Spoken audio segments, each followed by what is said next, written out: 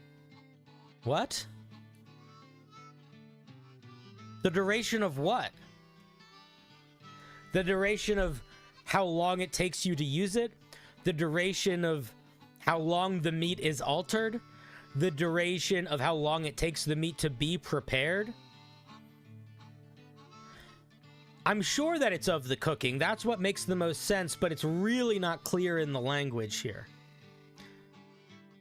Anything larger than a 3x3 foot cube up to a 10x10 foot cubes will take 3 charges. So, you've now talked about things taking charges? Where does this item have charges? Oh, at the bottom. Okay, so you got to completely Okay, Ark. What this item does is fine. You need to completely rewrite it. And what I'm seeing when I read this item, and I don't mean any offense by this, but it's true, is I see somebody who has done 0 research in writing their homebrew. What do I mean by that? Well, you are making a wand, right? You know you're making a wand. So if you're making a wand, and if the thing that you want help with is the wording, there's a much easier way to get feedback on that than to talk to me. You're making a wand, right? There's a bunch of wands in D&D that already exist. Here's some of them. So let's pull up the wand of fireballs, for example, okay? Look at the way this spell is. Look at the way this is organized. The very first thing it says is it has 7 charges. Okay? That's important. In fact, the very first thing the Wand of Fear says is how many charges it has. The very first thing the Wand of Lightning Bolt says is how many charges it has. The very first thing the Wand of Magic Missiles is how many charges it has. Notice, like clockwork, every single wand ever made for D&D starts with how many charges it has.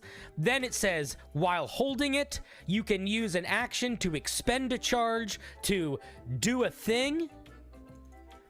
And then at the very end, it says how many charges it gets back at dawn. That is literally how every single wand works in the game. So when I look at your wand, what it says to me is, you have a really exciting idea. You need to now be willing to take the time to do the minor amount of research you need to do to understand the nuances behind how to write that idea. Because this is not a complicated item that you've created here. It's pretty fucking simple. But it sounds incredibly complicated. Why? Because you wrote it in a really disjointed sort of way. And it's not only is it disjointed, it's very disjointed compared to the way that all the other D&D things are written. Remember, chat, audience, family, slaves, souls, whatever you are. Listen, whenever you're making a D&D magic item, or anything in D&D, and you're choosing to write in the D&D language, or let me rephrase that. Whenever you're writing anything for D&D, you are engaging with a different form of the English language. Completely different than regular writing. It uses different sentence structures. It has very different grammatical rules that are really important. And it has weird, very specific definitions for certain phrases and certain words that are completely different than regular, normal conversation. So, it is super valuable for you to take the time and look to the other things that were written that are doing the same thing that yours is doing to make sure you can get the language of it.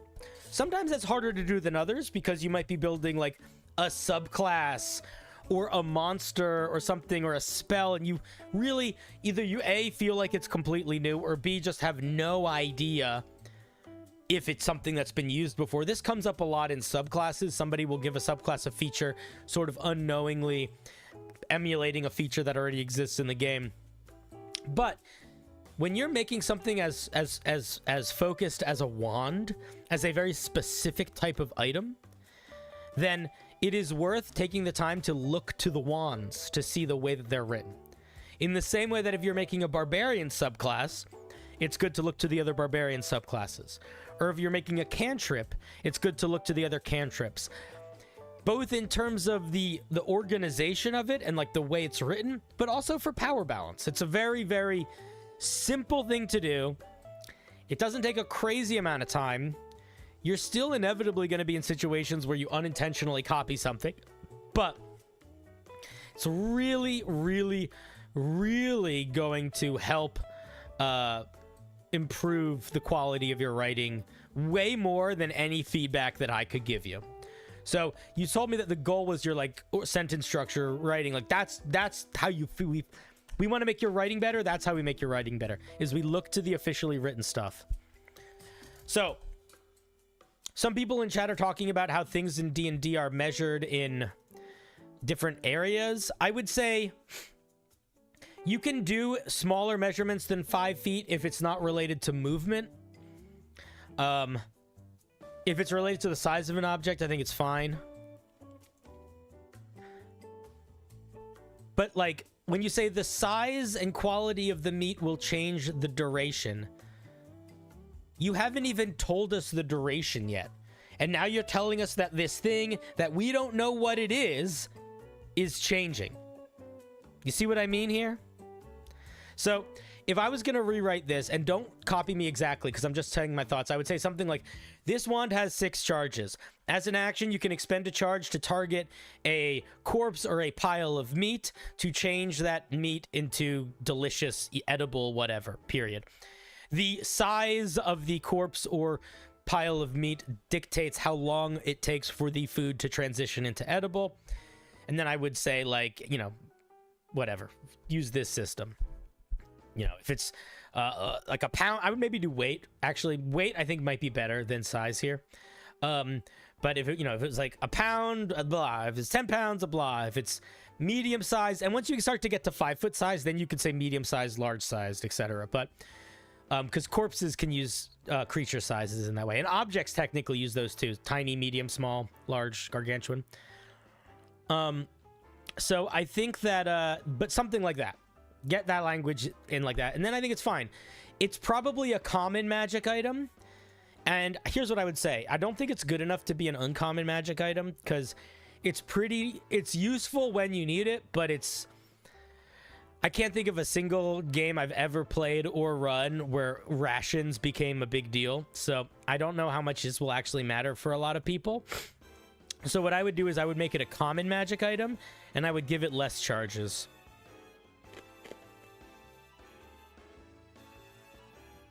And that's my feedback. I think it's a neat idea. But, yeah. Why do people keep saying quality, not quantity? Did I misspeak?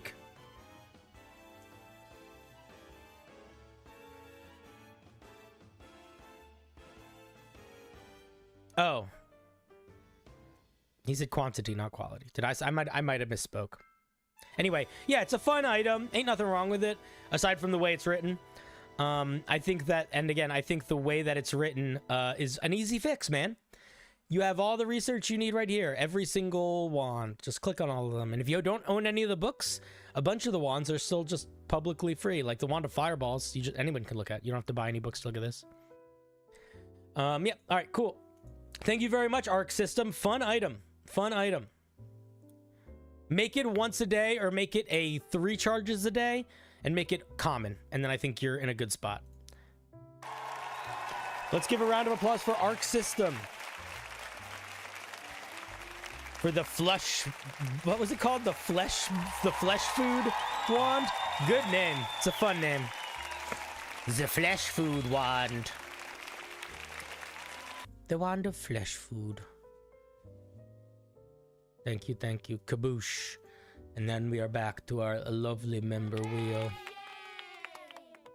Oh, the living human being. Welcome to the very cool club. Thank you very much. If you would like to submit homebrew for the wheel tonight, you can access it through the member tab on YouTube, or if your YouTube is connected to your Discord accounts, you can get access to our special member section of our Discord. You can also find it there. Thank you very much. Bagadu, bagadu, bagadu, bagadu, bagadu, bagadu, bagadu, bagadu, bagadu, bagadu. And also, guys, just remember, I'm doing this show tonight. And then I'm doing basically the same version of this show, but with new homebrew on Tuesday night. And then on Wednesday, we are doing a themed homebrew night. Themed homebrew night does not have a member wheel. Everybody's in the same big gross pile. And the themed homebrew night this week is going to be create a monster-inspired species. It could be a monster from D&D. It could be a monster from a movie you like. It could be a monster from Avatar, whatever. And you can find that submission form in the Discord and on YouTube. All right, Samtastic. Sam, I used to think you were somebody else. I know somebody else who uses a very similar nickname to yours.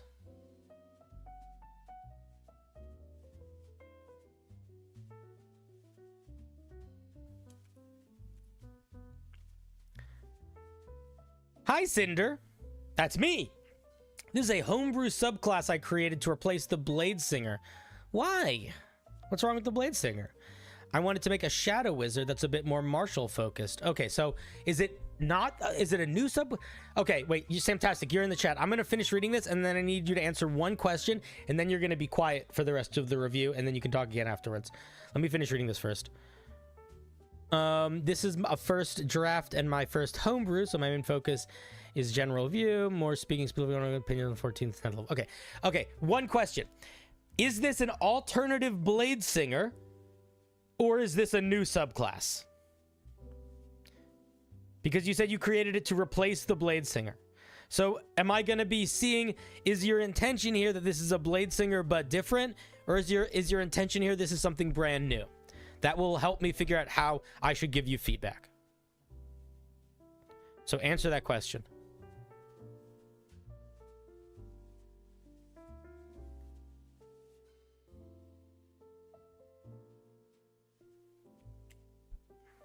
The Shadow Blade. Sam, answer me. I'm so curious.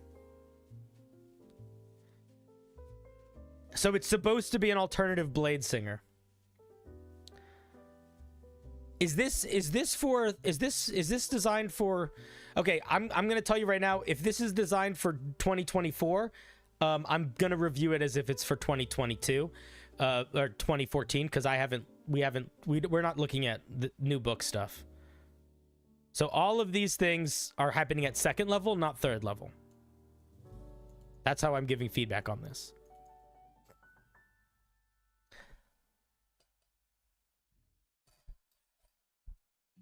Sam, I'm also going to say something now, and I don't want to be a dick. We might end up with my feedback being you should just use a Blade Singer. Because I will say this. Most of the time, not all the time, but most of the time when people rebuild a subclass that already exists, they kind of just make it overpowered.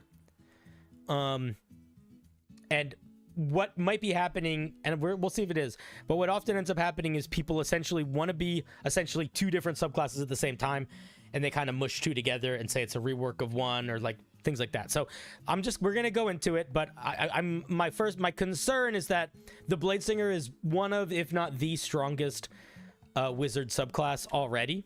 So if you didn't remove most of its powerful stuff before putting in other powerful stuff, you are easily in a situation of it being too powerful. Here it is in the chat if you guys want to give it a look. And a lot of the time you can get the flavor of a subclass, especially for a wizard or any full spellcaster, just by the spells they pick. Like, my first thought was, why does this need to be called a Shadow Blade? Why don't you just play a Blade Singer with the spell Shadow Blade? That was my first thought, but I haven't looked at it yet, so maybe that question will be answered as we read it. The Shadow Blade wields the darkness, turning fears into weapons and shadows into allies. Trained by the Order of the Veiled Eclipse, they manipulate shadows and enemies' fears to dominate confrontations. This is literally saying the exact same thing that you say here. So don't repeat yourself. Their eerie presence haunts foes, wielding nightmares, blah, blah. Okay, yeah, you're giving examples that are vague, and you give examples of what they're like, and examples of what they're like, and examples of what they're like, but it's all kind of open-ended in a way that all kind of feels samey. So be careful when you're using sentences. Make sure the idea that you're getting across is a new idea. You're not repeating an old idea. You can be repeating an old idea, but you have to be doing it with intention. So yeah, if this is designed to work for D&D 2014, all of these are things we would get at second level, because wizards get their subclass at 2nd level. If it's designed for 2024, then that's fine, but I'm also reviewing it from a 2014 headspace. Yeah, flavor is free. That's a great point, which is what I think we're going to see. We're going to see what happens. We're going to see what happens here, because my guess is my feedback is going to be all of these features you can get with spells. You get light armor, proficiency, one-handed weapons. Okay, so this is... And a fighting style? No. So I would cut rid of this fighting style. This is too much. We don't need a fighting style. We're getting weapon masteries and shit. No, we don't. I would not give us a fighting style. Starting at 2nd level, your deep understanding of magic, you can add your intelligence modifier as a bonus to charisma checks when trying to persuade, deceive, or intimidate others. Why?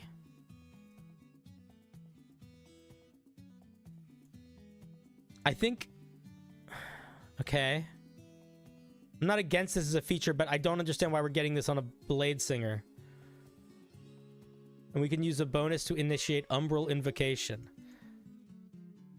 The invocation ends premature. Is this just the same thing as Blade Singing?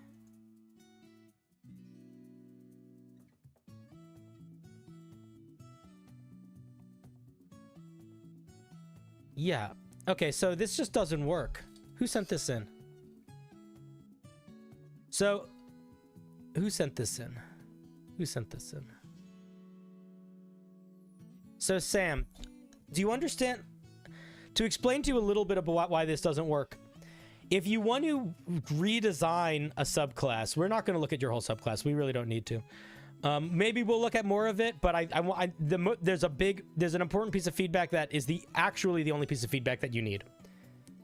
And every other piece of feedback is going to be kind of waste of time. So let's look at what Blade Singers normally get. A Blade Singer normally gets light armor and one type of one-handed weapon and performance. Then they get this neat blade singing ability where they get a bonus to their AC, they can get a movement speed thing, they get a dex thing, they get a constitution thing. This blade singing ability is incredibly strong. So that's all the things they get. They get they get one type of one-handed weapon and light armor and performance and a really crazy ability. We get a really crazy ability, a really powerful roleplay ability, and a fighting style. It's so much stronger than a Blade Singer immediately. So I think, unfortunately, you gotta probably start this thing, like, you gotta pick and choose what this thing needs, man. It sounds like what you want to do is play a Blade Singer, and I would just play a Blade Singer. I don't think you can give this guy Umbral Invocation. I just don't think you can. It's just too strong. At 6th level, the Blade Singer gets extra attack, and it can replace one of those attacks with a cantrip, which is incredibly powerful. That is so much stronger than extra attack. So much stronger than extra attack. It's crazy powerful. At this, we get 6th level, and we get that cantrip extra attack. And then we get a whole other feature. Unless this feature says you get, unless this feature is like, you start to smell faintly of shadow mist, it's too powerful. Anything on top of this feature is too powerful. So I'm going to read it and give you my thoughts, but it's not, you can't keep it if you want this thing to be balanced, regardless of what it is, if you want to do this extra attack. Or, make it something else, because, again, it's like you just took the Blade Singer and gave it extra stuff. And that's too much. So let's see what this does. At 6th level, if you spend at least 1 minute observing or tracking a creature, you sense in whispered shadows. The DM chooses a piece of information to give you. Its greatest fear, its deepest desire, personal or emotional vulnerability, a hidden truth the creature is concealing. This feature is... This is an issue, I think. I think that there needs to be a saving throw if you're going to be learning things that are this... potentially powerful. I also think that I don't like giving features that allow you to just like instantly learn something that bypasses plot things. It's just too much, I think. Like the only thing that's close to this is the battle master has a way to read people, but he learns their stats. He learns they have a higher stat than I do, or they have a level of fighter or something. Learning a creature's greatest fear, like this is the thing you can do with a spell. All of these things are things you can do with spells. I think you should just be a blade singer and pick spooky spells. I don't think this works. I think this is fundamentally broken. All right, we're going to look at the last two features just because I want to be nice, but genuinely, this is a don't use this. This is a be a blade singer, pick spells that let you read creatures' mind, spells that make you better at charisma stuff. All of those are things you can do with your spellcasting. Just do that.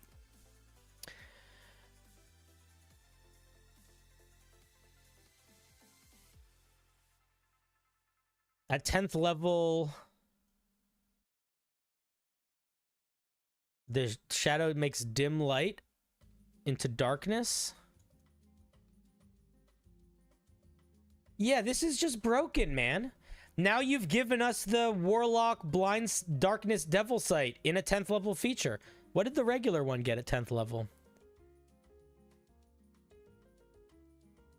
You get a little defensive feature.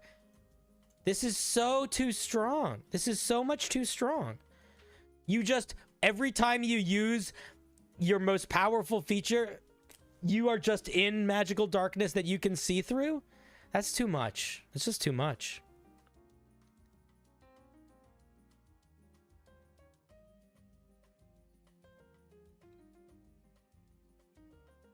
And this is just the spell. Veil of Nightmares is just very similar to, you know, Phantasmal Killer. So, Sam, I love you. I appreciate you sending something in. But genuinely, from the bottom of my heart, this is completely busted.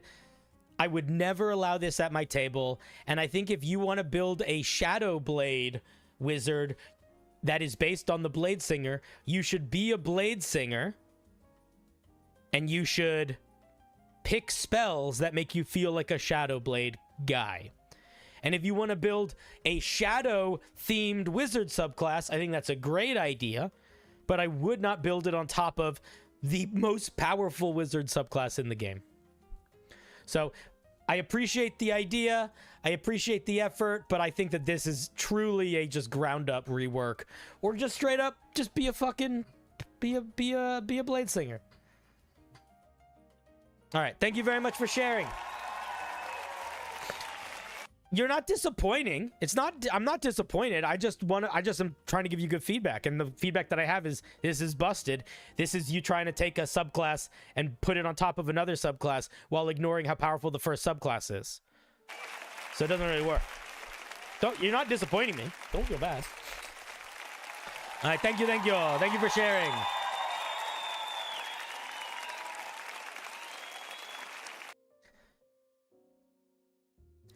So the reason why I don't like doing rewrites of, somebody was like, would you ever do a stream where you did like a rewrite of a subclass, rewrites of subclasses? And the reason why I wouldn't is because what we just saw is what we will see most of the time. It's also what we saw on the rewrite of the Drake Warden on Wednesday. You know, every time I see a rewrite of a subclass, it's just overpowered. I've never seen a good rewrite of a subclass. Maybe they exist, and I'm sure if we all tried to make them, we could make at least a couple really good ones. But they would be the tiny little pebbles of joy amongst seas of tedium.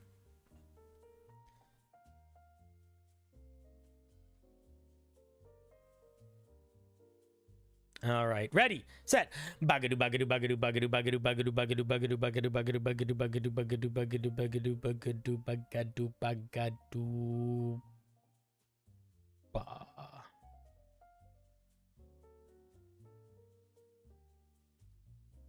47 jamming. It's a lot of M's. This is my first homebrew. My goal is to create a druid subclass that is balanced and unique amongst druid subclasses. Druid subclasses are a tricky one to make. Not the end of the world tricky, but tricky. Drawing loose interpretation from merfolk tribes from Magic the Gathering. Kai from Kung Fu Panda 3, no idea what that is. And Yondu. Those are very divergent things. I'm so curious. Okay, no idea what this is going to be.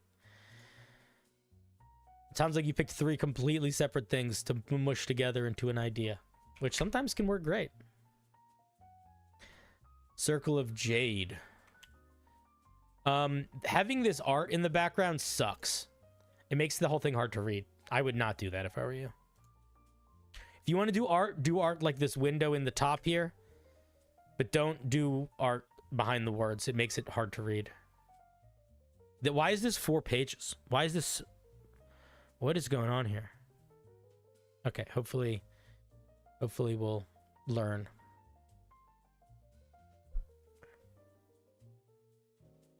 Is it okay if I submit a flat doc with the homebrew? Yeah. What do you mean a flat doc? Do you mean like a Google Doc? Yeah. Most people just do that. Most people don't do a big formatting thing. But also, this formatting is like, I actually think I might just do this.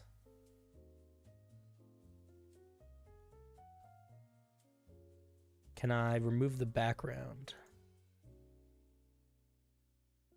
How do I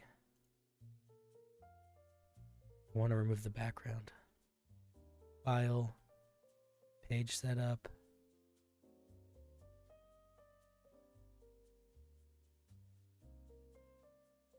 It'll be the watermark.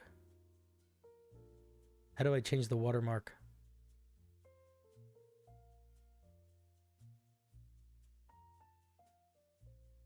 I could just copy paste all the text. That's fine. I'm just going to do that. That's easier. Right click page. View more actions. Image options.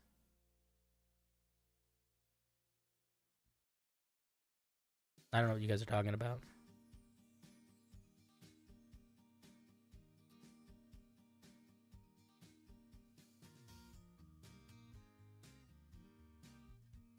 Where do you see insert watermark? View more actions. Oh, insert emoji reactions? These things? I clicked view more actions. It's not here. What the fuck are you talking about? Top ribbon? Replace image. Can I just make it disappear? Make it just go away. File, edit.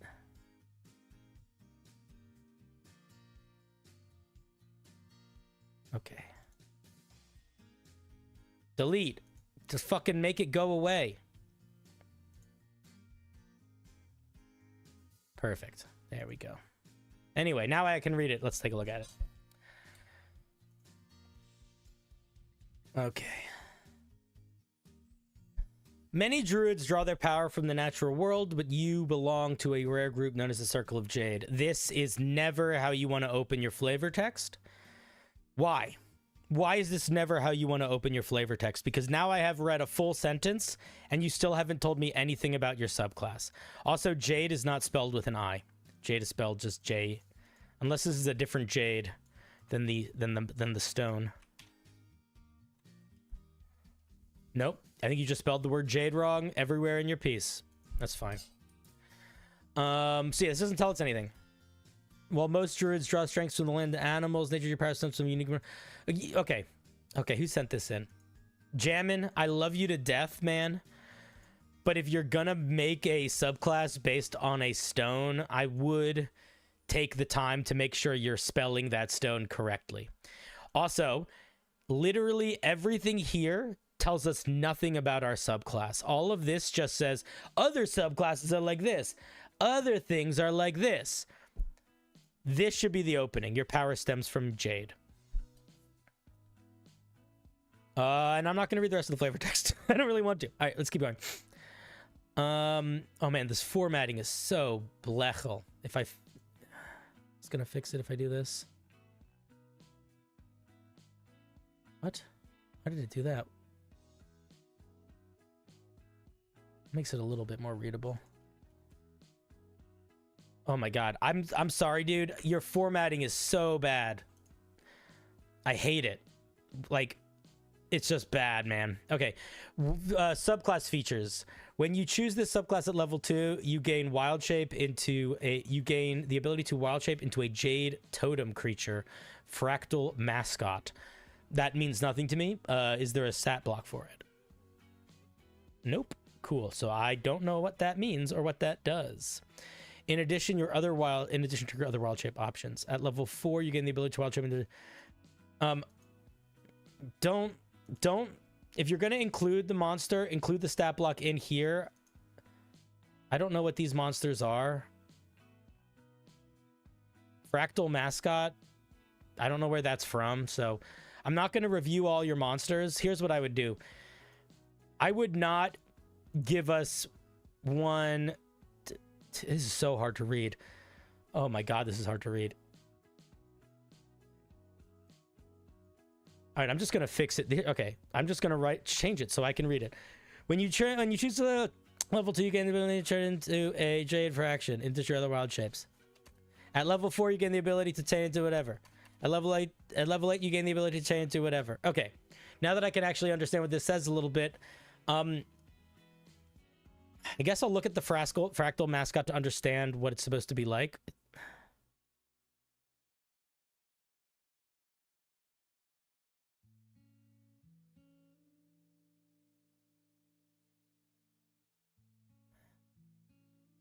What?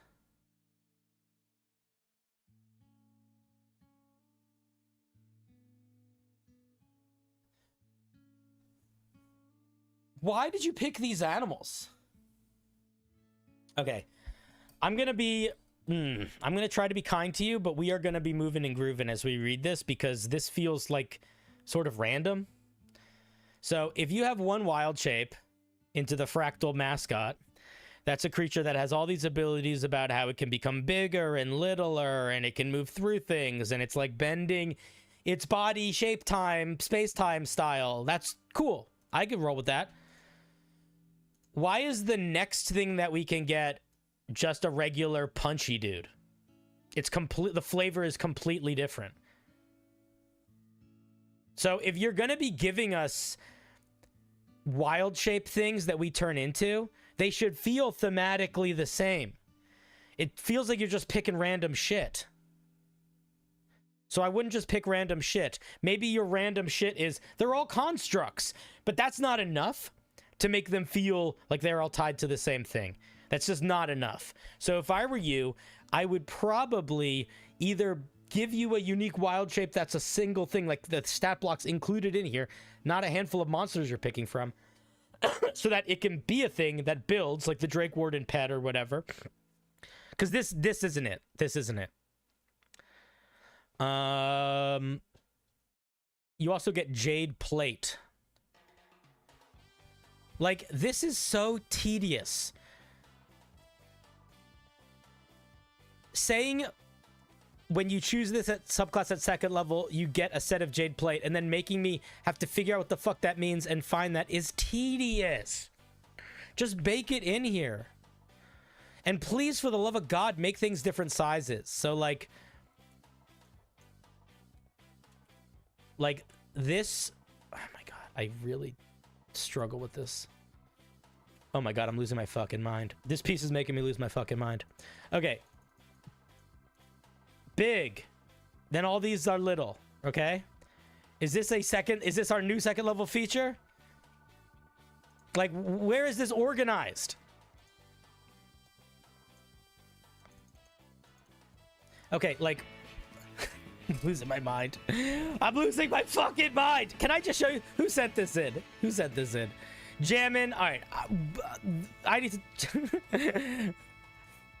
Have you looked at how subclasses are written? So when we write a subclass, it has a title, it has flavor text, it has a big feature in bold, it says it's a second level feature, and then it says what the feature it is.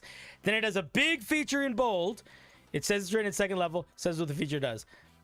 Big feature. Do you see the pattern here, friend? Who just raided me? The River! Thank you for the raid.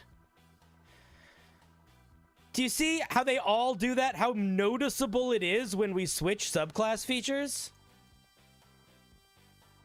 I have no fucking idea what I'm looking at here.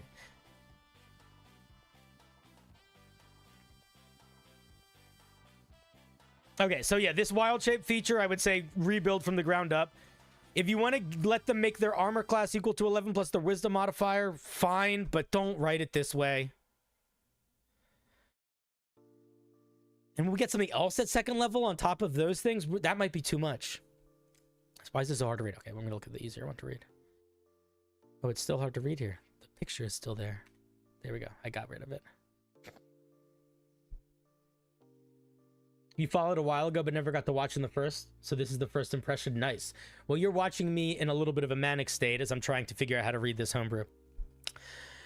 All right. So what spells do we get? Oh my God, this is so hard to read. We get Shield, Chaos Bolt, Conjure Animals, Silence, Counterspell, Dispel Magic, Globe of Invulnerability.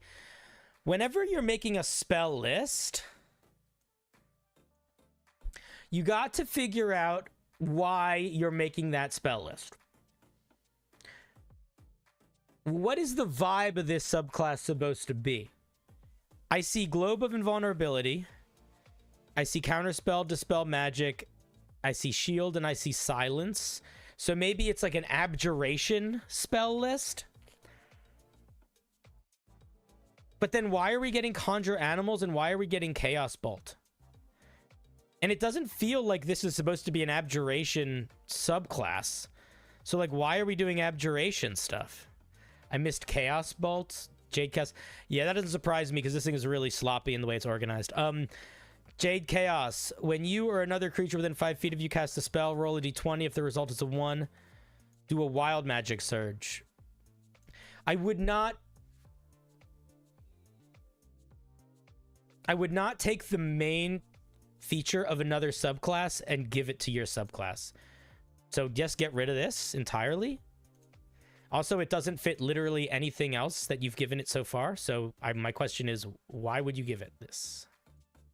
You don't have a million okay, let's look at this. Mystic charges are small jade totems you keep around your waist. You have a maximum number of equal to your proficiency bonus. Whenever you can blend a short or long rest, you refill them. Don't start telling us how we refill them until we know how they work. When you cast a spell that deals damage, you can use a charge to add 1d8 to the damage. Results as a bonus action. You can, don't say may, say can. You can spend a charge to move up to your movement speed. So I don't know if it's going to help. I'm going to be honest. I don't want to read this whole homebrew, and I don't think we should. Because at second level, this thing gets too many features, and it's just got too much going on, and you just need to focus it in. So at second, let's talk about everything we get at second level. At second level, you get special armor based on your wisdom modifier. You get a special wild shape where you can turn into a slightly intangible creature that can change its size. You get wild magic. You get shield and chaos bolt. Well, those don't really count. And you get the ability to deal extra damage on your spells, and you get the ability to do extra movement. So you get like 5 or 6 things at level 2, which sometimes can be okay, but they just feel random. Like, where does the movement speed thing come in? Like, you said this is your first time writing homebrew, and I can tell, but more though than I can tell, why are you making it so complicated? Why are you deciding to give it so many things? So I think if I were you, I would go back to the drawing board and I would make sure you're spelling Jade correctly. And I would say, what is a Circle of Jade Druid? What do they like? What do I mean by that? So like a Wildfire Druid is all about fire and damage and healing. And the Moon Druid is all about wild shape and stuff like that. The Stars Druid is all about versatility. You know, they all sort of sit in slightly different headspaces. The Shepherd Druid is all about summoning and battlefield support. So think about what you want this thing to feel like from a gameplay perspective. That might help focus the idea a little bit. Because right now it's doing so many different things in so many different directions. I think Mystic Charges could totally work as a feature. I think if you want to keep this as a feature, You would need to clarify that the D8 of extra damage would only happen to one target of the spell and only one instance of the damage. So, like, if you combine this with a spell that did damage to a bunch of creatures, it shouldn't do an extra D8 damage to all of those creatures. And there's a bunch of other abilities in the game that kind of do this that you could copy from to get that right language. If you wanted to do a bonus action to move, you get a bonus action dash. That could be fine.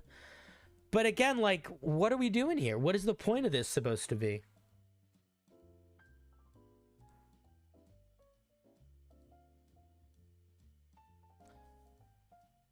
It just feels like chaos.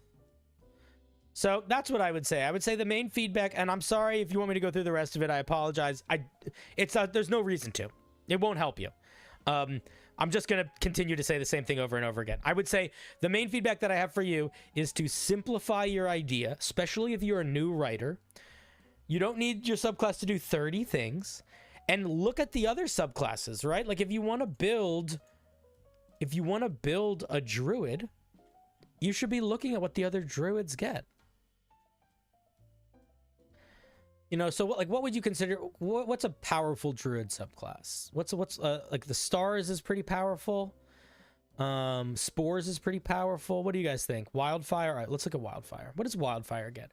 Wildfire gets this ability that allows them to summon a little explodey guy at 2nd level, and I think that's it. Yeah, that's it. It's the only thing they get. Now this little guy can do a bunch of stuff, but just one thing. So, yeah, it can do it.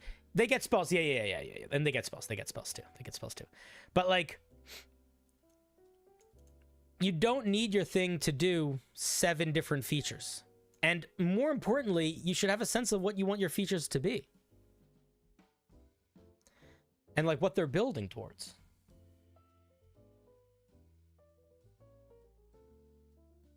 Yeah, I agree, Hikase. It's like a lot of ideas, but none of them are super the idea, and it sort of just becomes a lot of like this just feels like it's nothing. So I would say focus in on what a jade druid is, and then make that subclass. This subclass is doing too many things, though. All right. Thank you very much, Jammin. Let's give them a round of applause.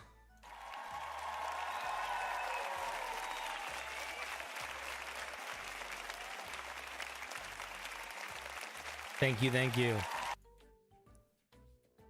We do appreciate you sharing.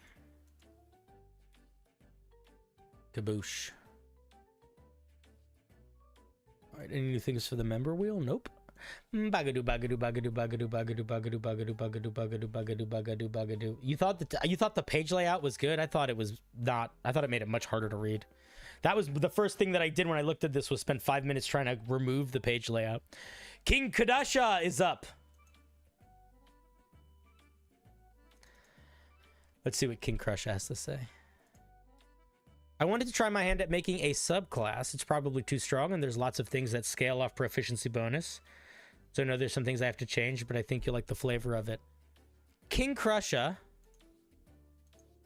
if you know that it has too many things scaling off proficiency bonus, don't send it to me before you change it next time. I love you. You're a sweetie. You're one of my mods.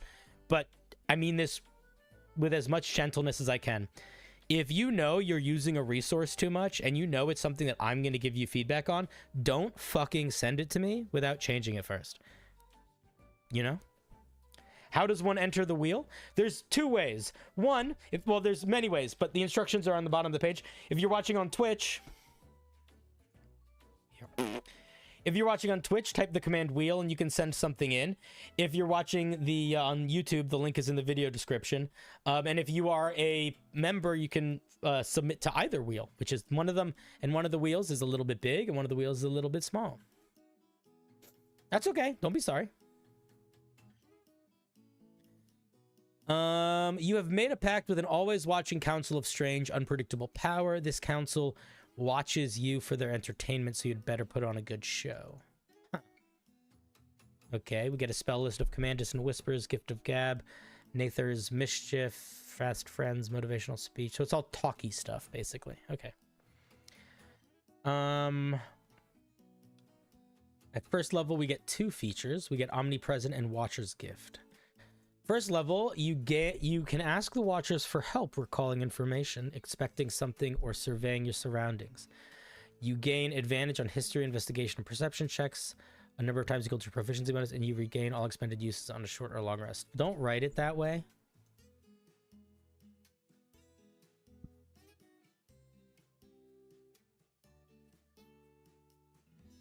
Say when you make here, so this is written in the passive voice. You want to write it in the active voice. So the way that we write it in the active voice is we say, when you make a history, investigation, or perception check, you can add your proficiency bonus or whatever the bonus is. Once you use this ability, you can use this ability. You can do this proficiency bonus times per bop, bop, bop, bop, bop, bop, bop. We shouldn't get, no, this should just be, okay, right here, get rid of this proficiency bonus. This should be once per short rest. Or once per day. Immediately, that's one of the proficiency bonuses you can get rid of. Done. Easy. Additionally, you can ask for help even when you are out of uses. Every time you do is a, no, I would just, this is stupid. Get rid of this. Get rid of the proficiency bonus. Make it a once per short rest or a once per day. Everything after, yeah, get rid of all that other stuff. At first level, the Watchers grant you an ever-changing gift to add to their amusement. Whenever you finish a long rest, roll on the Watcher's gift table. It is a D6. You like the cumulative chance? I don't. That's okay. We can disagree. I just think it's like overcomplicating a thing and adding more to a thing. And like, if you want this to be a ribbon feature, make it a ribbon feature. If you want it to not be a ribbon feature, make it a full feature. But it's sitting in this like halfway space, and I don't like that. I really still think it should be a once per short rest. Maybe keep the second part if you like it, but it seems I don't like that. Yeah, but it's not divination or augury. It's just letting you add a proficiency bonus.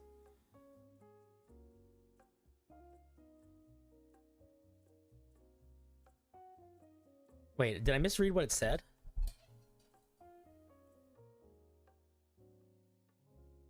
Yeah, wait a minute. Data.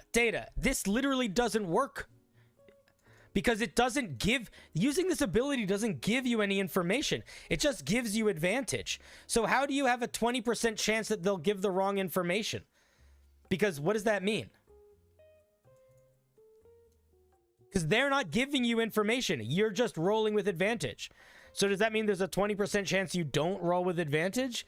Or does that mean there's a 20% chance the dungeon master has to make up something that you know that's wrong? So this feature doesn't work.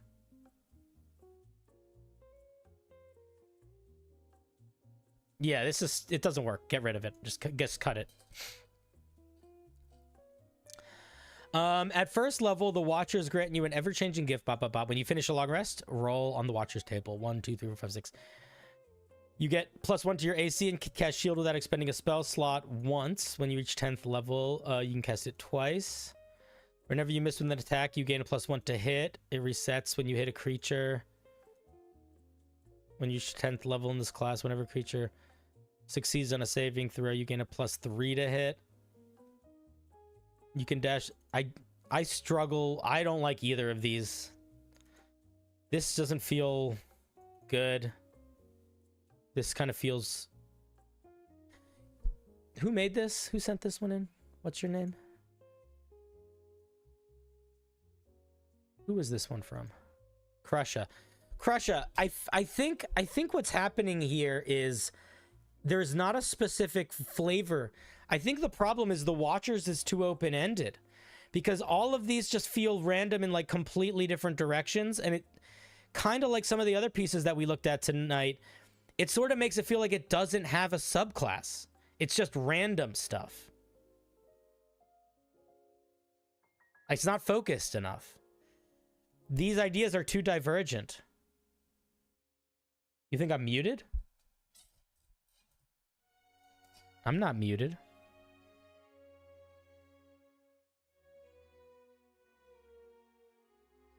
Yeah, I don't think we should be rolling for random. I think it's not good. I don't think it works at all. I don't like stacking bonuses to hit. In general, I think that's not good design. I think it's not accounting for bounded accuracy. Don't like it. Dashing as a bonus action. Again, it's just like, it just feels like random bonuses. When you reduce a creature to 0 hit points, you gain gold.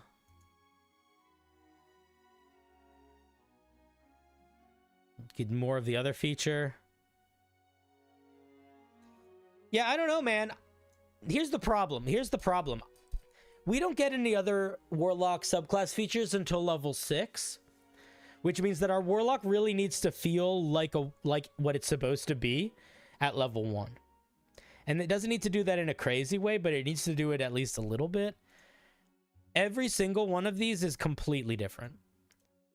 I think if you want to do a random rolling bonus thing, I think you either got to put it at higher level so we can build more of a foundation that feels like a specific thing, or these need to be less completely different from each other. I really don't think this works.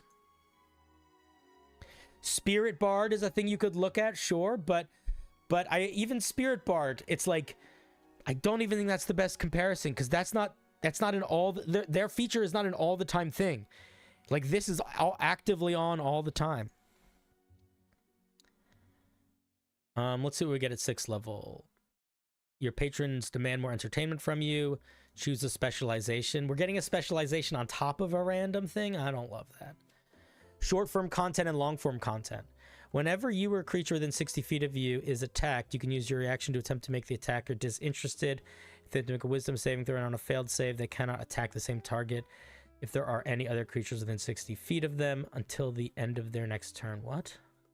Okay.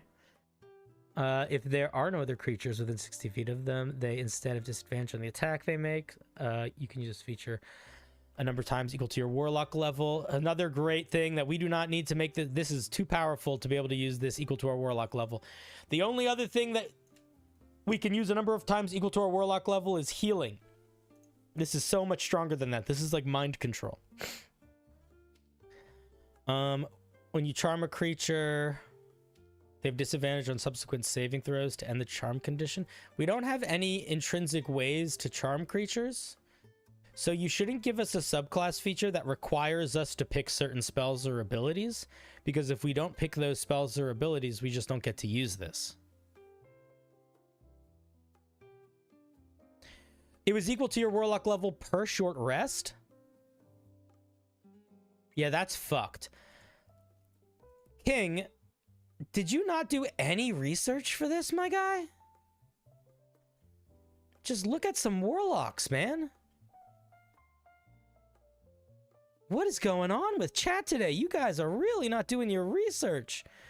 What's the strongest Warlock subclass? Fathomless or Genie or Hexblade? Let's say Genie. Genie's pretty strong. Just look how look at this, okay? Look at this. You get your special vessel. You can do it once per long rest. You get your special little extra damage. You can do it proficiency bonus. Where is it?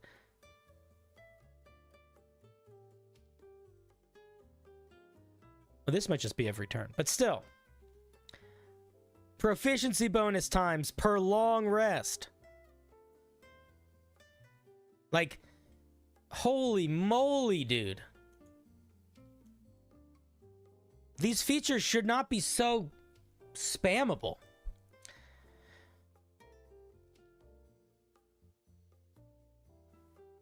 I really... King, I love you, but I think this is just a hit and a miss, my guy. I don't feel like this feels like a subclass. Feels like a bunch of random stuff. That might be part of the problem with the vagueness of the Watchers.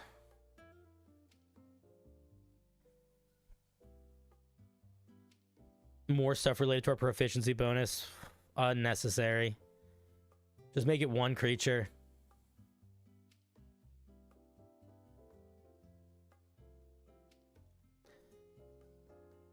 They can use your omnipresent thing. They can cast banishment. but it requires no concentration. Oh my god, this is too complicated. This is too much, dude. Don't make me do a fucking backflip to figure out how a feature works. They can cast Banishment, but without concentration, but it only lasts a number of rounds equal to your proficiency bonus -1. That's so many steps. That's so many steps. I know it's supposed to be a streamer warlock. I'm telling you, it's not working. It's not working. If you did research, I appreciate that, but what I would say you should notice is there wasn't a single warlock that got a feature that can do it proficiency bonus times per short rest. I need you to stop talking in chat or I'm going to time you out. Because you're not saying anything constructive, you are getting defensive. And that's not helping you, and it's going to make me get more aggressive. So if you want that, please keep it up. But if you don't want that, I would stop.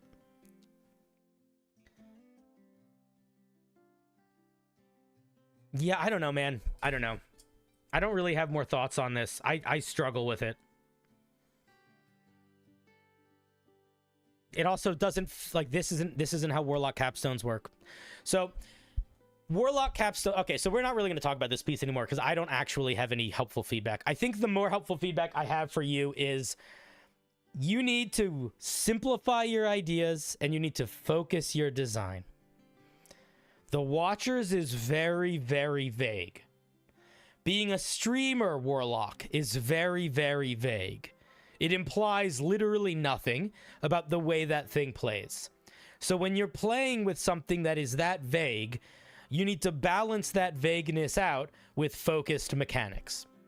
Unfortunately, we don't have that here. We have vague mechanics backing up a vague idea. So you can do a vague idea if you have a really tight gameplay loop intended for the character, intended for the subclass. We don't have that here. There is no gameplay loop. We get... Our first feature is 7 or 8 different features.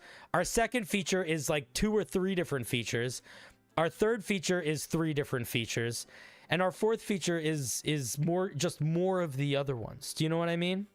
So I think realistically, if you want this to work and you like the idea of a streamer-packed warlock, you need to come up with how you're going to express that mechanically in gameplay in a way that is fairly simplified in terms of what it's getting and what's going on. Because right now, this is just doing too many things in too many directions. Also, every single warlock... Thank you, Dale and Dale, for the sub. Every single warlock gets a capstone that is a big one-and-done showstopper move. All of them do. So you should give yours that. I don't really have more feedback than that. I wish I had more constructive things to say, but, like, really, I've struggled with this one. It feels overpowered. You knew it was overpowered, but again... If you know something's overpowered, you have the ability to tweak it. If you're like, oh man, this thing has too many uses, instead of giving it proficiency bonus uses per day, give it 1 use per short rest, or 1 use per long rest, or proficiency bonus uses per day, but not proficiency bonus uses per short rest, or charisma modifier time uses per day. There's a lot of ways you can do that, but that's not, I mean, that's a part of the issue, but the bigger issue here is, like, there isn't a gameplay loop. There isn't a way that these things tie together mechanically, and because the core concept is so open-ended, it really makes the whole thing feel vague. Like, you can make a subclass where all of the features are really divergent and kind of don't fit together logically if the thing that if the subclass feeling is very specific. So, like, for example, if I wanted to make a Pikachu barbarian, I could just give it a bunch of random Pikachu feeling stuff and everyone would be like, cool, Pikachu, got it. Because they would like, oh, this is like a reference to that joke, or oh, this is a reference, like, they get it. But if you're doing something super open-ended like streamer, there's not a specific thing that needs to be. So it really is gonna want to actually come up with what you want that actually mean at the table. Otherwise, it's gonna end up being kind of gobbledygook. All right, Danke Shane, thank you for sharing, King Crusher. Let's give them a round of applause.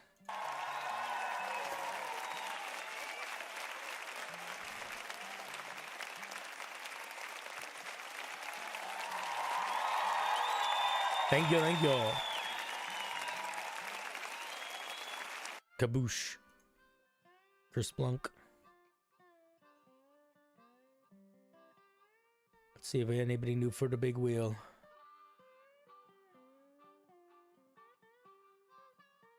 Charlie. Welcome to the wheel, Charlie. Excuse me. Bagadu bagadu bagadu bagadu bagadu bagadu bagadu bagadu bagadu bagadu bagadu bagadu bagadu bagadu bagadu bagadu bagadu bagadu bagadu bagadu. Melody Nightshade. That's a cool name.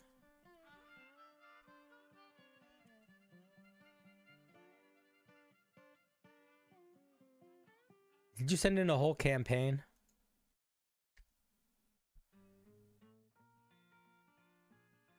Oh no. Okay. You wrote free campaign in your description. I think you mean for campaign? Okay, I was like, I don't want to review. I'm not reviewing a whole campaign. Okay. This is called the Grave Crow. It is said that they were one of the first undead Crashens by the undying queens of Neverest. Their purpose is to watch over their people. Be with protective or malicious intent is yet to be made clear. All right, Melody, my dear sweet Melody. The River, thank you for the sub. Melody, the amount of spelling mistakes in this is a lot. It's a lot of spelling mistakes. So, I'm not going to fix all of them. What I'm going to tell you to do is to not just type stuff into this homebrewery website. Type it into a Google Doc first, because it makes this thing sound silly because of the amount of spelling mistakes in it. Here's one. Here's one. Etc. Here's one. Also, this is sort of roundabout in the way that it's written. Instead of saying it is said, you could just say grave crows were. And instead of saying their purpose is to watch over their people, you could say they watch over their people. So you want to make sure you are cutting out excess words where you don't need them. This is a really good clue. When you have the word is and then a verb to something, is to watch, is to drink, is to sit, this is, you know, you're doing passive voice, and you can almost always get rid of that. All right, let's see what this thing does. CR1, kind of a long stat block for a CR1 monster.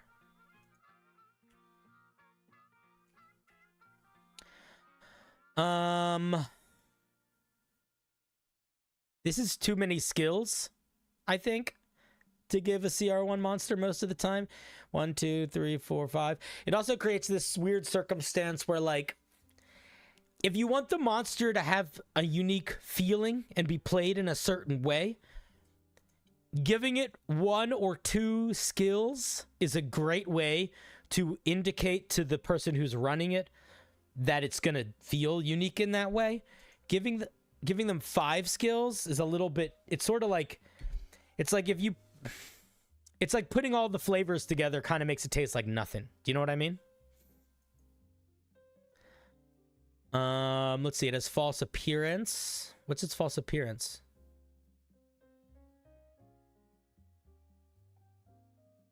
So false appearance is a very specific ability in D&D. A lot of monsters have it, and it almost always is written the exact same way. If you want to give this thing the ability to, like, transform, you can do that, but false appearance is an ability where whenever a creature with false appearance stops moving, it is indiscernible from some other thing. So like if a mimic stops moving, it's indiscernible from whatever, a chest. Some creatures have false appearance where they're indiscernible from a tree, or they're indiscernible from a book, or they're indiscernible from a whatever. So if you're gonna use the language false appearance, you want to use the proper language all the way through. So what you'd want to say here is something like, while the grave crow remains motionless, it is indistinguishable from an ordinary crow. But that being said, now that I say that out loud, I don't know if false appearance is the right move here, because I don't think it's not an inanimate object, it's a bird. So it's not really going to be motionless that much. So I would just give it like it just looks like a crow. How do you put yourself on the small wheel? The link is in the Discord, in the member section of the Discord. So you got to make sure your Twitch account and your Discord account are linked, and then you can get it in the member section of the Discord.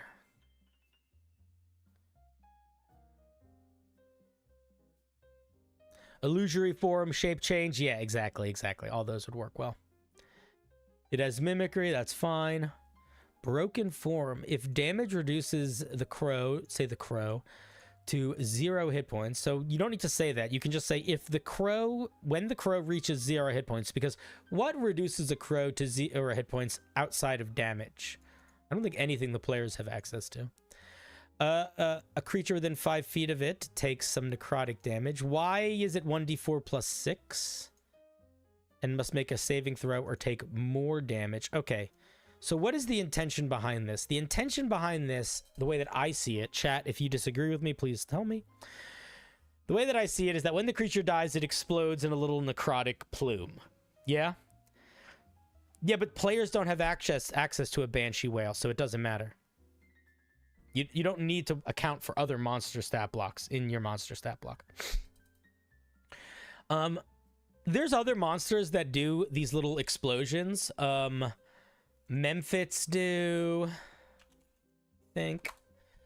I know that Darklings do, but Darklings don't always do damage. Sometimes they just do other things. But this is a good example of you want to think about not just... Oh my god, I hate D&D Beyond. You want to think about not just the feeling that you are writing on the page, but the way... Thank you. But the way that it is expressed at the table. So in D&D, so like let's just break it down. Let's just look at this ability, and we're going to break it down for a second.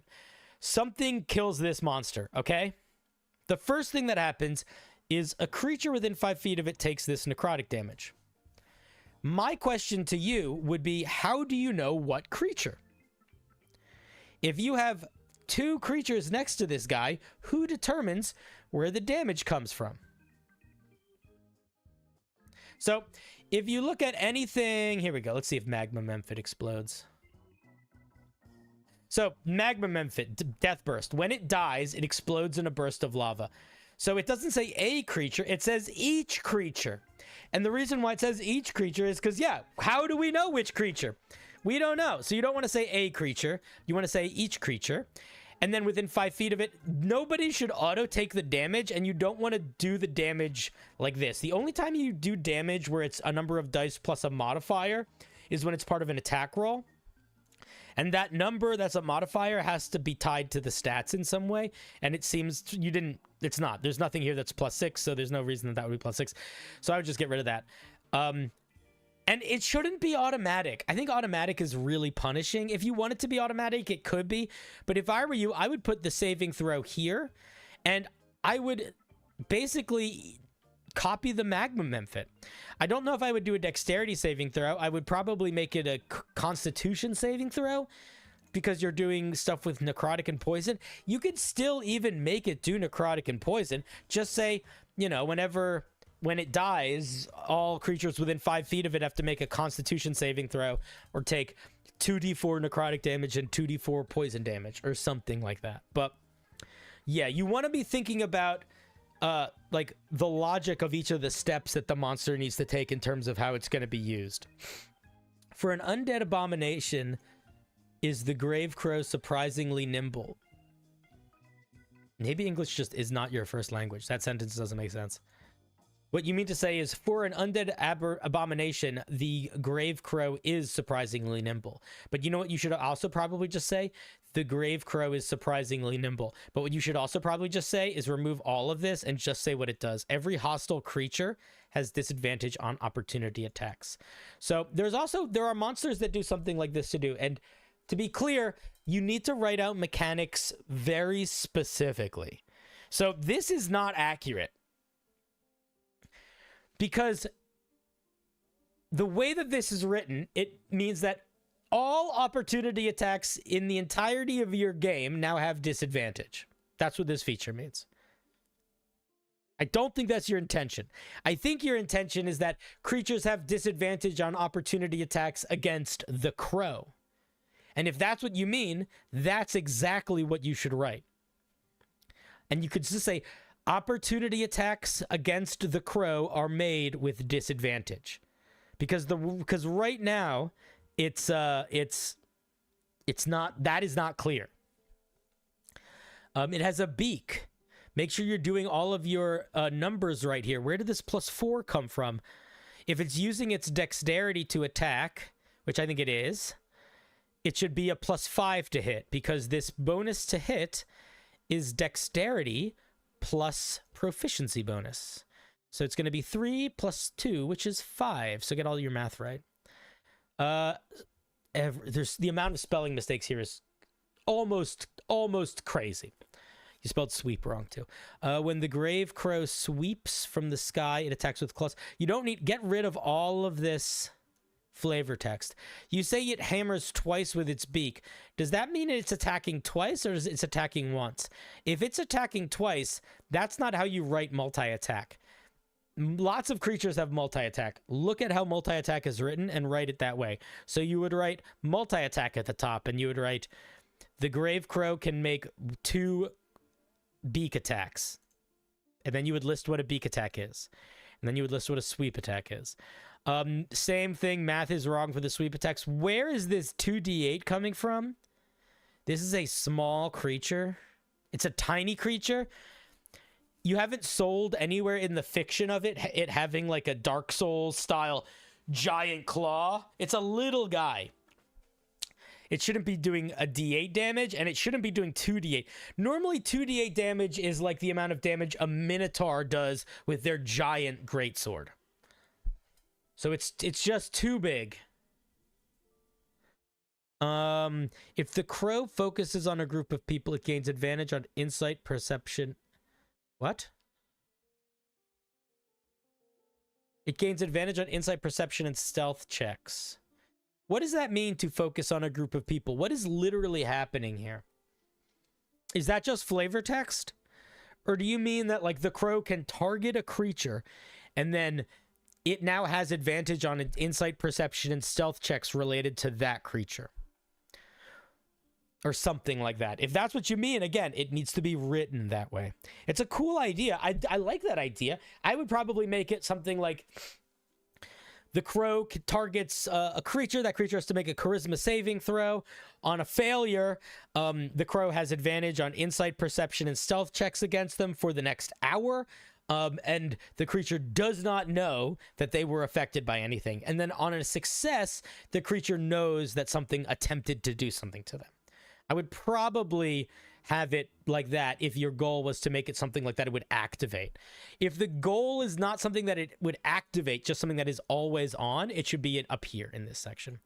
It's an interesting idea for a bird. It's just you really you're in a tricky spot. Who sent this to me? What's your name again?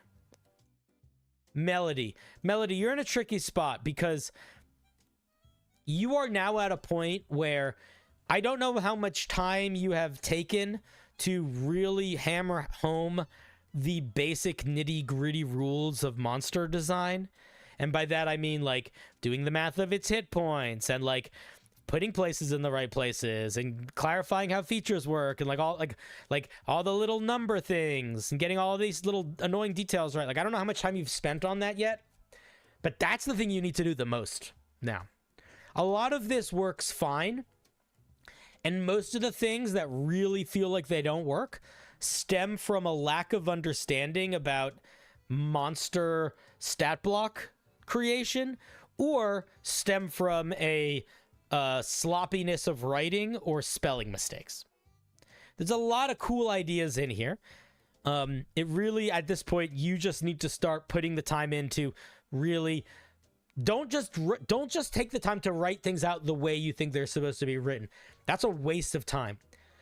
A much better way to spend your time is to look at other monsters and see how their stat blocks work, both in terms of just general layout, like making sure you're writing attacks the right way and multi-attack the right way, but also getting the right language for unique features that you want to give your monster, because there is a lot of monsters in D&D that do things very similar or exactly the same as the monsters we are creating in our homebrew. It happens all the time, and it will make you a better writer if you just take some time and before you start worrying about the next homebrew you make, look at other D&D monsters and try to get the language of this thing, specifically the way it's written, the way these features are laid out, get that tight.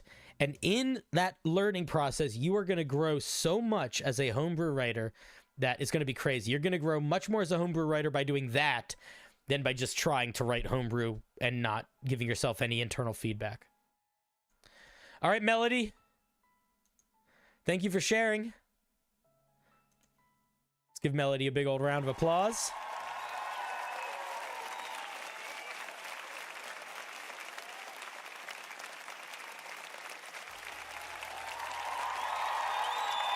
I don't think it's too bad for a CR1 monster to deal this much damage once a round. I think that's totally reasonable.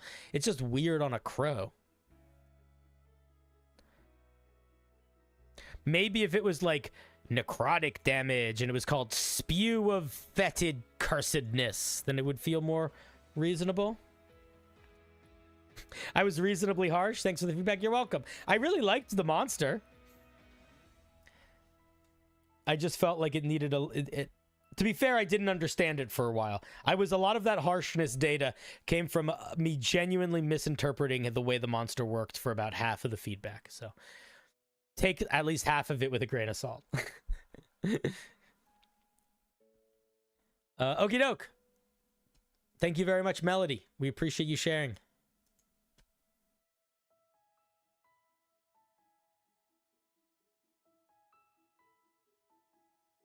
Okay, let's see. Do we have any new pieces? We have 2 new pieces for the member wheel. Nice.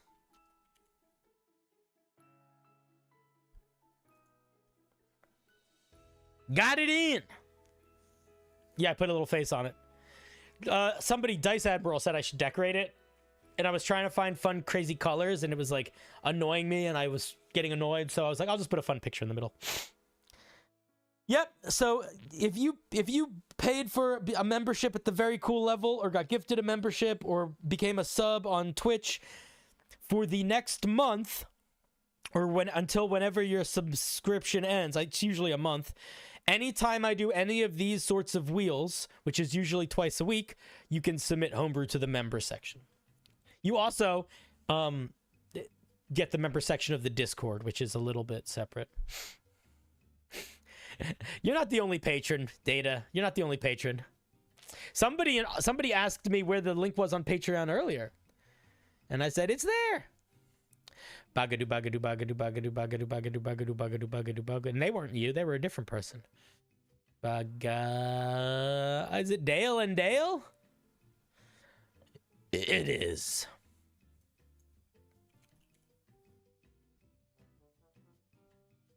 Thursday. I'm not going to be here on Thursday. Thursday, I have family plans. Thursday is not a stream this week. We're doing Monday, Tuesday, Wednesday. I think I might have said Thursday somewhere, but I apologize. Let's see what Dale says. Dale wants to make sure the core features are balanced. These are the ones I've changed. What? Why did you send me 2 links? Dale, did you send me a Blood Hunter? Dale, I'm not going to be able to give you feedback, man. I talked about this on stream earlier. Blood Hunters, I don't have And it's a whole class? I appreciate that you're new. And I appreciate that you want me to give you feedback. But the way that I give feedback is I look at, if I review a class, I look at the first 2 level features and that's it. So if you changed something, let me speak right now in chat. If you changed anything specific about the Bloodhunter's level 1 or level 2 features, I'm going to be honest, I don't want to read this at all. Because I don't think you did. Dale, do you want to send me something else? I'm going to give you a chance right now to send me something else. I don't need to read the specific notes. I'm not giving you feedback on this. I'm not giving feedback on a whole class. I'm not giving feedback on a class rewrite. And I fucking hate the Bloodhunter. I love you and I appreciate you.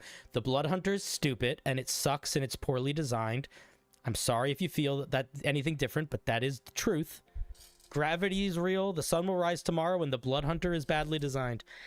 I've never used the Bloodhunter in my games. I'm noticing weird stuff you're doing with hit points that doesn't work. I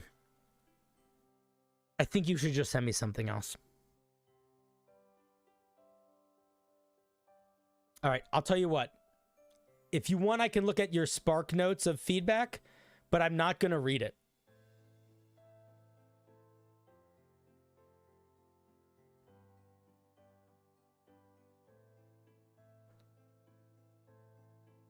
Okay, let me just see. Okay, these are the things you've changed. What?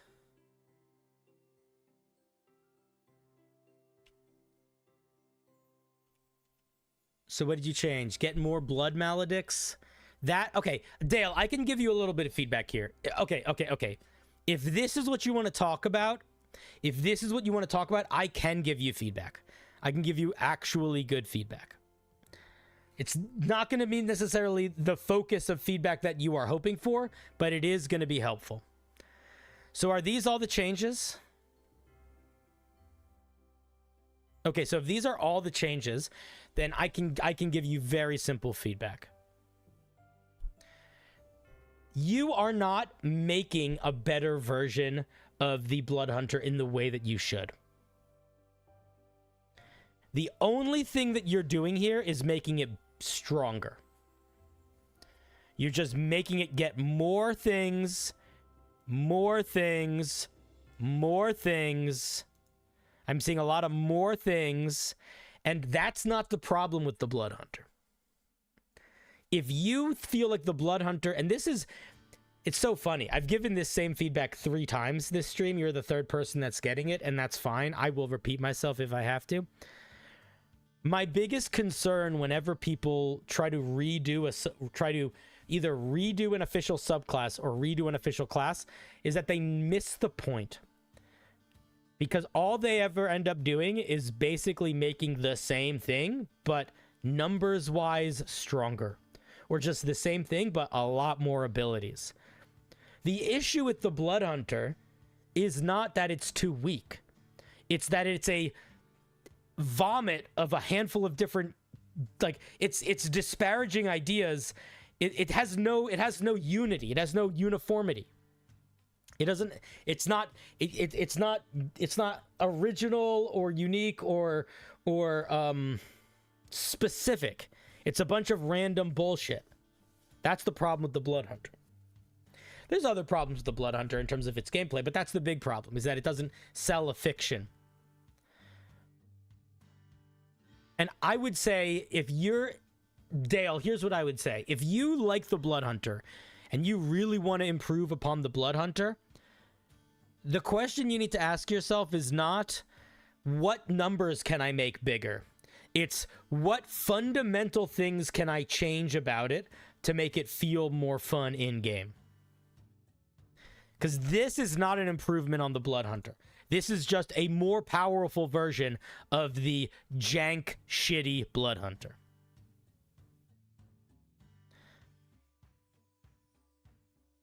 Could I ask you to read my reworked 3rd level ability? You could. You're going to hate my feedback on it.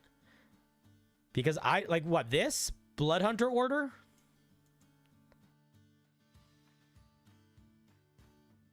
What third level ability?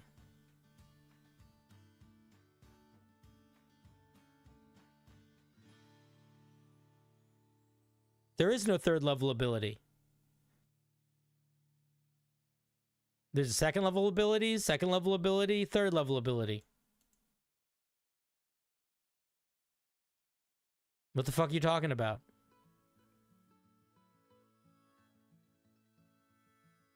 What third level ability do you want me to look at?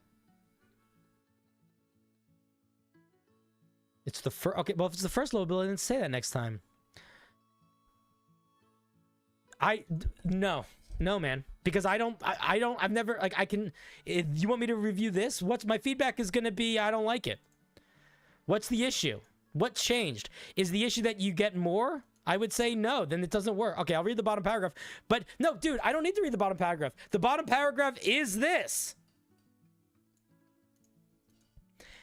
At level 3, you can use your bonus action to gain a use of Blood Maledict by taking a Hemocraft die of necrotic damage. Nope, don't think that's good. This damage can't be reduced in any way. Nope, I don't think that's good. No. I think resources being exchanged for health is probably the biggest issue with the Blood Hunter. I think doing more of that is a bigger issue.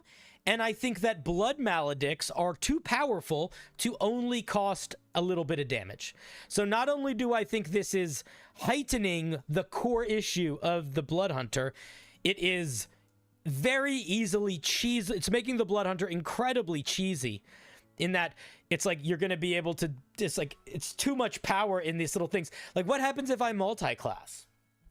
So if I go, I read the bottom paragraph. This is the bottom paragraph. Right? So yeah, I would say being able to sacrifice hit points to get more power is probably not good. What happens if I am an Aasimar barbarian and I take 3 levels of this Blood Hunter?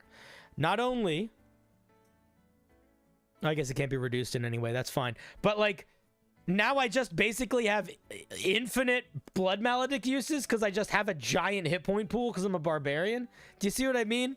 Like, you can't have resources. I don't know. I don't think it solves the problem.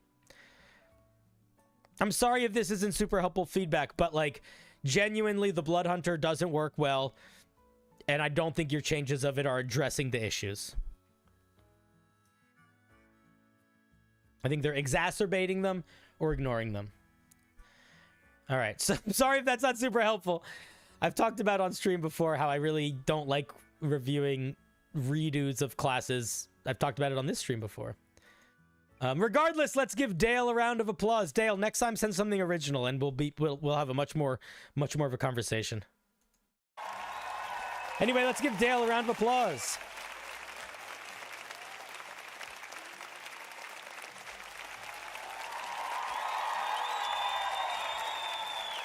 Wet Starfish, I have no idea how you connect a YouTube account to a Discord account. It is a Google away. Not something I'm going to look up in the middle of running stream, but it is something I'm sure you can look up and or can ask in the Discord. Anyway, Dale, thank you very much for sharing. Send us something original next time. Not that that's not working, whatever, but just, you know, original idea. I submitted a blood-themed monk that is neither blood hunter nor vampire. It's fine. Have you ever tried Troika? No, I don't know what that is. What is Troika?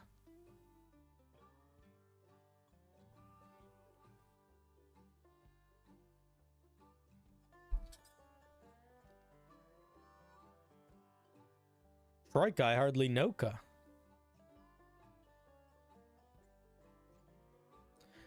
Yeah, that was good. That was good. But listen, we're not here to pat each other on the back all the time, okay? So listen. I also will say, and I don't mean this in a rude way, you literally hit every single button that annoys me at the same time, unintentionally. But there was no way I was going to talk about that for any amount longer than I needed to. I don't like when people rework classes. I don't like blood hunters. I don't like when people ask me to read later features for things I haven't read the earlier features for.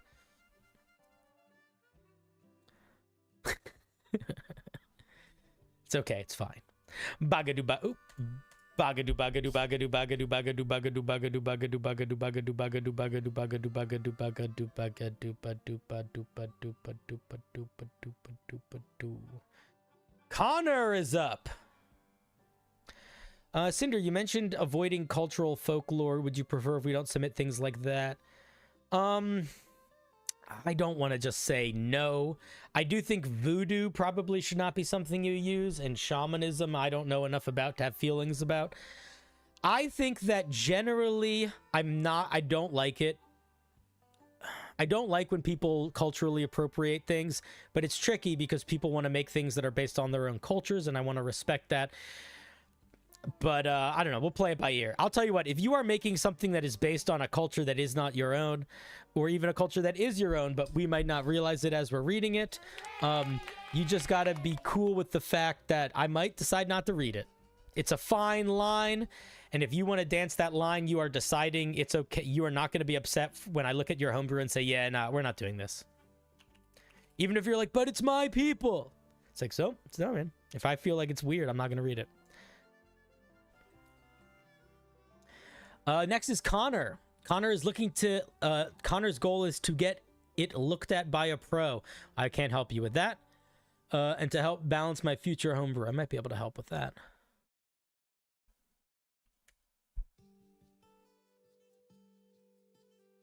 Beer Belcher. Why is this so long? The River. Thank you for becoming a pretty cool member. I appreciate that. Why is this so long? You have practiced holding beer in your throat, ready to regurgitate the liquid whenever you need it. There should be a comma after the word throat. You can put up to 12 ounces of alcohol in the upper region of your throat by spending an action in the next minute to belch it back out. What the fuck is wrong with this sentence? What is... Okay. Who sent this? Connor? Connor, are you here? Connor, don't answer me this, but you are doing a thing where you are making us lose the mechanical clarity. So I don't know what the fuck this is trying to do. Am I spending an action to hold 12 ounces of alcohol in my mouth and I can hold them there for 1 minute? If that's the goal, write it like that. If that's not the goal, I literally have no idea what the fuck you're trying to say. You can either spray the liquid as is. Don't use words like as is.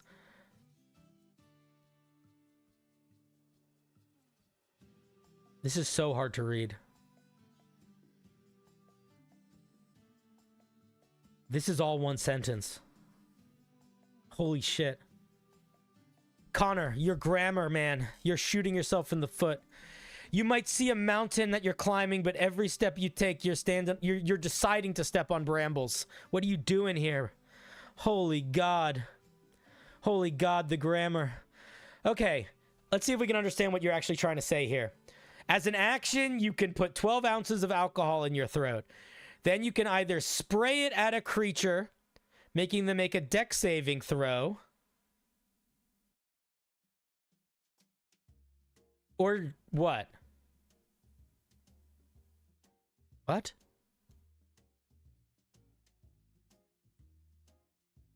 Oh my God, the or is so far away. Or make a constitution saving throw equal to the save to avoid being drunk. Oh, this is so tedious. Oh my God, this is so tedious in how it's written. So Connor, what I think's happening here is you wrote this as if you were telling someone about it. And that is never how you want to write your homebrew. That does not help, my guy. Because it's so fucking conkily bonkily. You need to write it like action oriented. You want it to be... So what do I mean by that? So here's what I would say. I would probably erase the entire thing and start over, but I would probably say something like, as an action, you can hold up to 12 ounces of alcohol in your throat for up to as an action, you can take a big swing of alcohol and hold that alcohol in your throat, period. While the alcohol remains in your throat, as a bonus action, you can spray it out at a creature. That creature has to make a saving throw or become covered in alcohol or whatever. If you hold the alcohol for a minute, you have to either spit it out or swallow it. I don't think you need to do the getting drunk mechanic, because quite frankly, there is no mechanic in D&D for being drunk. So how are we going to make a saving throw against something that there is no mechanic for? So I would just cut that part out. I would say you can hold it in your mouth for up to a minute. During the minute, you can spit it out onto somebody. They make a dex saving throw, or they get alcohol spit on them. What does it do to have alcohol spit on them? Like, mechanically, what does it do? Don't answer me. Chat, anyone other than Connor, tell me what happens when they fail the saving throw. I would argue nothing happens.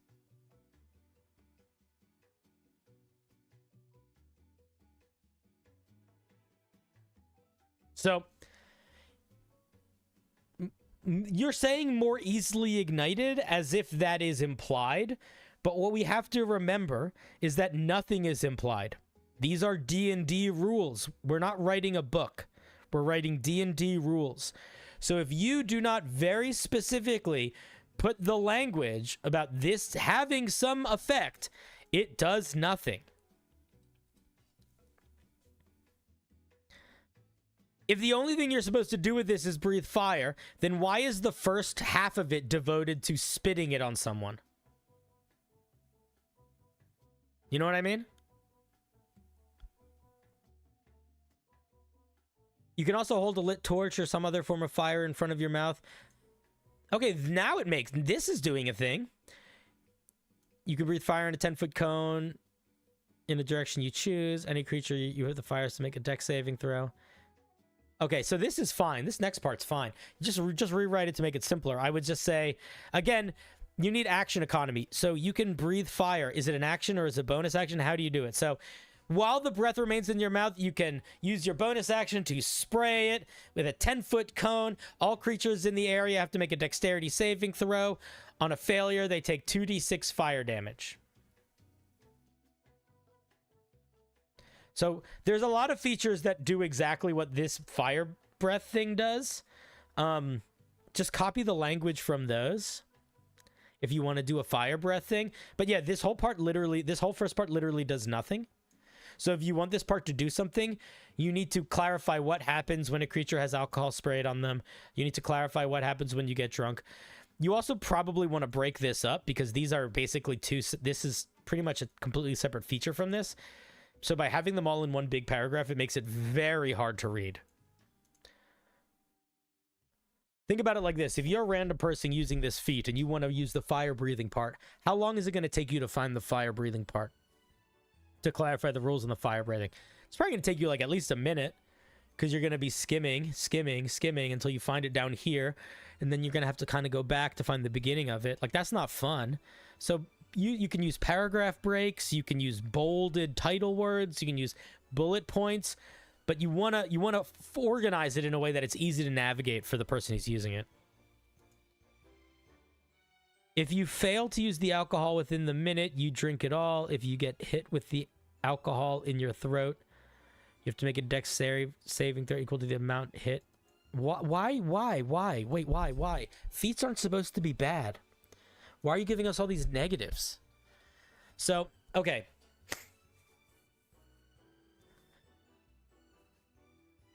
This has a really big negative, a feature that does nothing, and a feature that gives you like a minor breath attack from a dragon.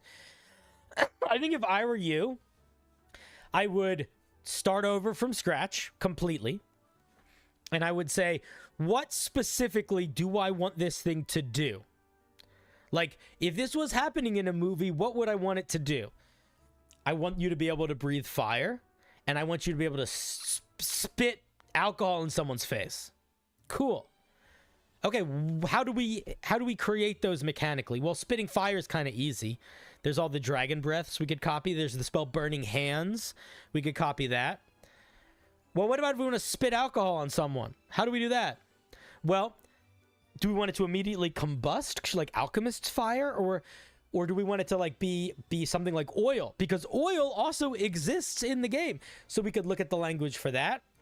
Or maybe we don't want to have to deal with any of that. Maybe we want it to be like, there's alcohol in my eyes, so maybe it gives the blind condition. But again, we have to think about what you actually want this thing to do mechanically, matching the story, and then just build that. Don't write out the story, because you've done it in such a way that you're like, we're missing most of the mechanics here, you know?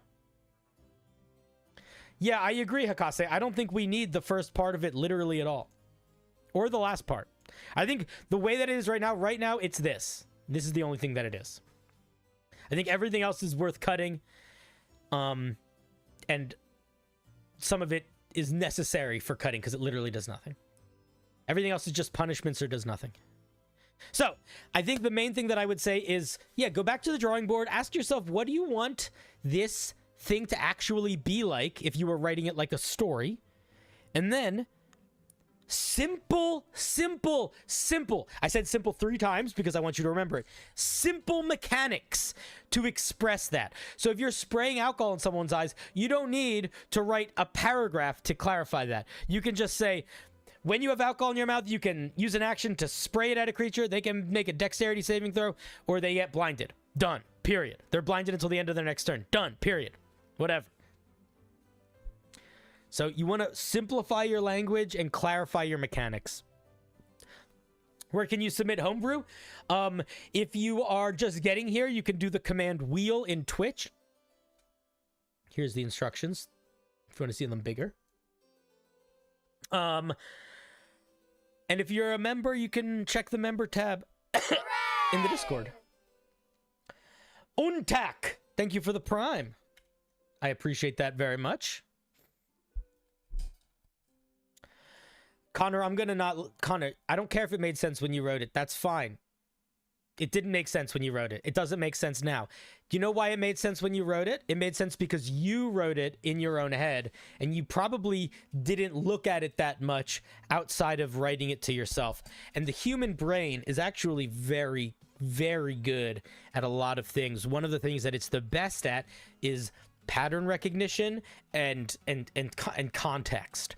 So because you understood what you wanted it to do, you felt like it made sense. But it really doesn't. So I think that if you are struggling with the lack of clarity and like the sentences being way too long and it being overly wordy, the way you solve that problem, aside from asking other people for help and getting like more focused feedback in the Discord, is reading your stuff out loud. Oftentimes when you read your writing out loud, you will notice when sentences are too long, when things are confusing, when things are missing. It has a big impact. So I would start reading your stuff out loud to yourself, see how that feels. And then the other big thing that you missed is that it doesn't do anything. Like half of what this thing does is nothing. You know?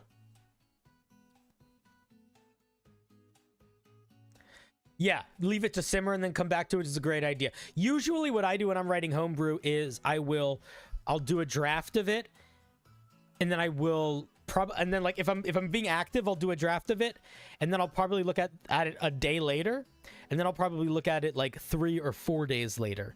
But in between those re-looking at it, I will very actively try not to think about it and just let it sit on the side. All right, well, thank you very much for sharing, Connor. We appreciate it. Not terrible for a first piece of Homebrew.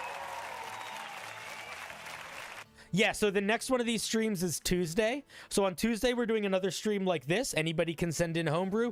If you are a sub on Twitch, you get to be on the little wheel, which as you can see is a little bit easier to get picked on than the big wheel. And if you are a member on YouTube at the very cool level, or a member on Patreon as the Rising Seeker level. But then on Wednesday, we are doing a different show, and you can submit to the Wednesday show right now. The links are all up in my Discord and on YouTube. But the Wednesday show is going to be, the theme is making a new player species, like a D&D species race, based on a monster. Something from D&D or something from popular fiction. The big wheel is standard difficulty RNG? Yeah, for sure. All right, thank you, Connor. We appreciate you sharing. Thank you, thank you, thank you. I know we just tore you up. I know we just tore you up, but it's important to remember that we do that with everybody. And what you shouldn't feel is any amount of bummer or shame. We're here to tear stuff up. That's what we do. We love you. You're great. Your homebrew doesn't need to be good for us to give a shit about you. We care about you a great deal. We don't care about your homebrew at all. And that's why we give better feedback than most people. That's not true. We don't give better feedback than most people, but we give very honest feedback. And if that's better or worse, that's sort of your call. All right, let's see if we have any new members. Nope. Bagadu, bagadu, bagadu, bagadu, bagadu, bagadu, bagadu, bagadu, bagadu, bagadu, bagadu, bagadu, bagadu. How dare you put easy mode behind a paywall? I think I'm actually... can I say something? I think the paywall people have hard mode. Not because... Not for the wheel, but I think I give harsher feedback to the people behind the paywall. And I noticed it last stream. I don't know if I do it all the time, but it's definitely something I do a little. And I think it's because in my head, I'm like, you are giving me money. How dare you send me something that needs this much work? I don't know how I feel that way. It doesn't matter. Justin, let's see what you got for us today, Justin. Justin's goal was to make a uniquely themed and functional paladin subclass. I do love paladins. I do love paladins.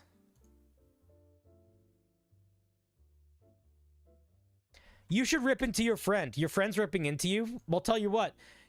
Justin, don't edit the page while I'm reading it. Make your clicker go away. Make your clicker go away. Make your clicker go away. Justin, make your clicker go away. Justin, make your clicker go away. Justin, make your click. Okay, fine. I'll make my own copy so I don't have to deal with you. Okay.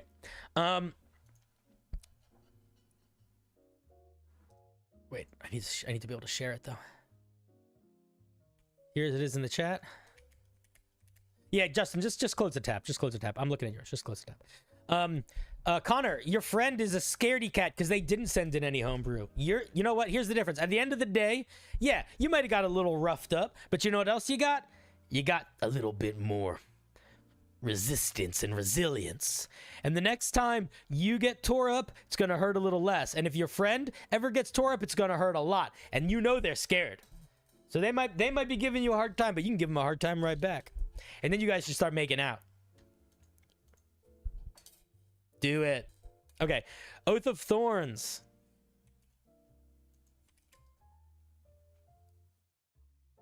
Oath of Thorns. We're not making out. That's gross. I don't want to make out with you. That would be like a person wanting to make out with a cockroach. Doesn't make sense. No. You guys should make out with each other though. Oath of Thorns.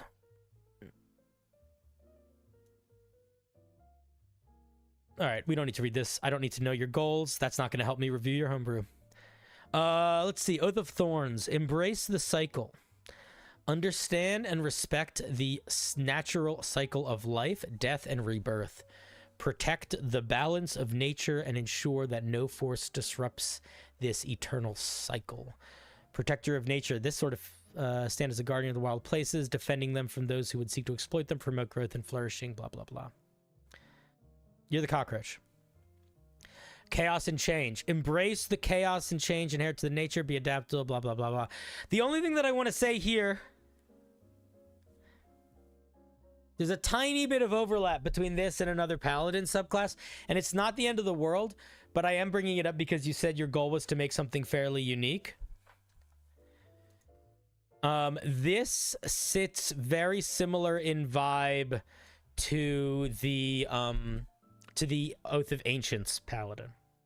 Yeah. The Oath of Ancients is a little different, but this one is sort of like a little vague, chaos, general good. That is largely the same as the Oath of Ancients. So I would just go look at the Oath of Ancients and make sure that you are making this feel more different than that. Armor of Agathis, Entangle, Misty Step, Spike Growth, Plant Growth, Speak with Plants, Grasping, Find, Guardian of Nature, Banishing, Smite, Wrath of Nature. Spell list seems probably fine. Let's see what we get at 3rd level. I don't really have any feelings about the spell list. It's Nature Druid, right? Chat, did I miss something important here? Nature Druid? No? They're all good. That's the only thing that I would say is, like, sometimes when you have every single one as a banger. I guess Grasping Vine isn't that good. Yeah, no, cool, Justin. Justin, I don't want you to... The goal should be that you don't answer questions. You can answer questions at the end, but we want this piece to speak for itself. That's why I didn't read your letter of intent here at the beginning. Let's see. At 3rd level, we get 2 Channel Divinity options. What's Melora's damage type? Who knows? Body of Thorns and Field of Thorns. Body of Thorns is a bonus action. You can expend the use of your Channel Divinity to cause magical thorns to sprout from your armor and weapons for 1 minute. For the duration, weapon attacks are considered magical for the sake of overcoming blah, blah, blah. And you deal more damage, and melee attacks against you deal damage to the attacker. Huh. Okay, I have some thoughts here. The main thought that I have here is I don't know if this feels as good as it could. And I think you're actually kind of shooting yourself in the foot here. I don't want to jump into a call. When I jump into a call, people start getting defensive. Zero interest in that. The only time I want to jump into a call is if you want me to yell at you about something and you just... No, we shouldn't jump into a call. There's no reason to. Maybe at some point I'll trust you guys again. There were too many calls where everybody was just getting really defensive, and it was like, what the fuck are we doing here? Where this isn't a conversation about why you feel like your homebrew is balanced, because that doesn't help any of us. You know? Okay, so what's the deal here? Here's why this is a problem. The first half of this feature, dealing an extra 1d4 piercing damage, is fine, if not boring. Also, very similar to like a million other things. There's a spell that does this. There's, I think, a Channel Divinity that does this. Totally unoriginal. Nothing. That's the problem with that. Problem with the second part. You're giving us Armor of Agathis. If you're giving us Armor of Agathis, which makes something take damage back when they hit us, we shouldn't get a Channel Divinity that does the exact same thing. You know what I mean? Like, it just becomes like, what are we doing here?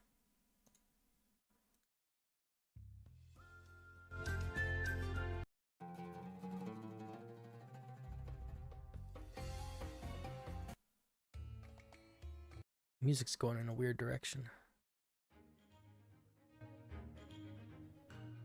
So it feels like this could feel okay if we didn't get Armor of Agathis, maybe.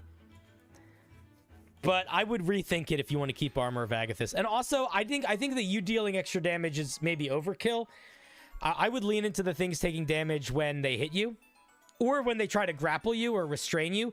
There's a lot of bramble monsters you could look to for ways that you could add on to that. I think it's a cool idea. I would encourage you to make it more unique feeling than it does right now. And part of that uniqueness comes from the fact that this is just the same thing. Okay. Field of Thorns is an action you can expend use your Channel Divinity to cast the spell Spike Growth. You're giving us the... Oh, you don't give us the... Wait, you give us the spell Spike Growth. No, don't do this. What are we doing here? Both of our Channel Divinities are just things we get as spells. If you go to bed... So here's what I'd say. If you want to go to bed and you want me to still review your homebrew, just leave it up and you can go check the video later. If you don't want me to review your homebrew, take it off the thing. And that's fine too. But yeah, both of these... I think... What did you say your goal was again? The theme is sort of unique, but the features are really mechanically, like, bleh.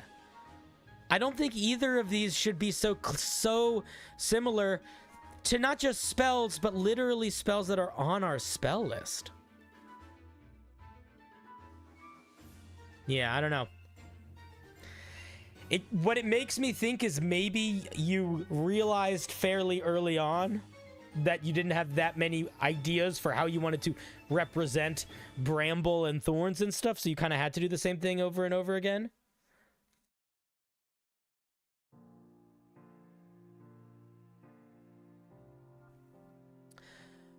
Justin, do I need to time you out? I'm going to time you out because you don't seem to be able to be quiet. I'm going to time you out for 5 minutes. So that should be able to get us through most of the rest of this, and you'll be able to talk again in a bit. Justin, I'm going to say something to you in a very harsh tone, and then I'm going to go back to a friendly tone. I genuinely don't give a fuck about what your purpose statement is right now. If you want to tell me what your goal is, tell me in the part of the fucking form where I ask what your fucking goal is. Why do I put it in a form that way? Maybe because I don't want to read a 3-paragraph dissertation on your goal before I read your fucking homebrew. Maybe I do want you to express the goal in just a sentence or two.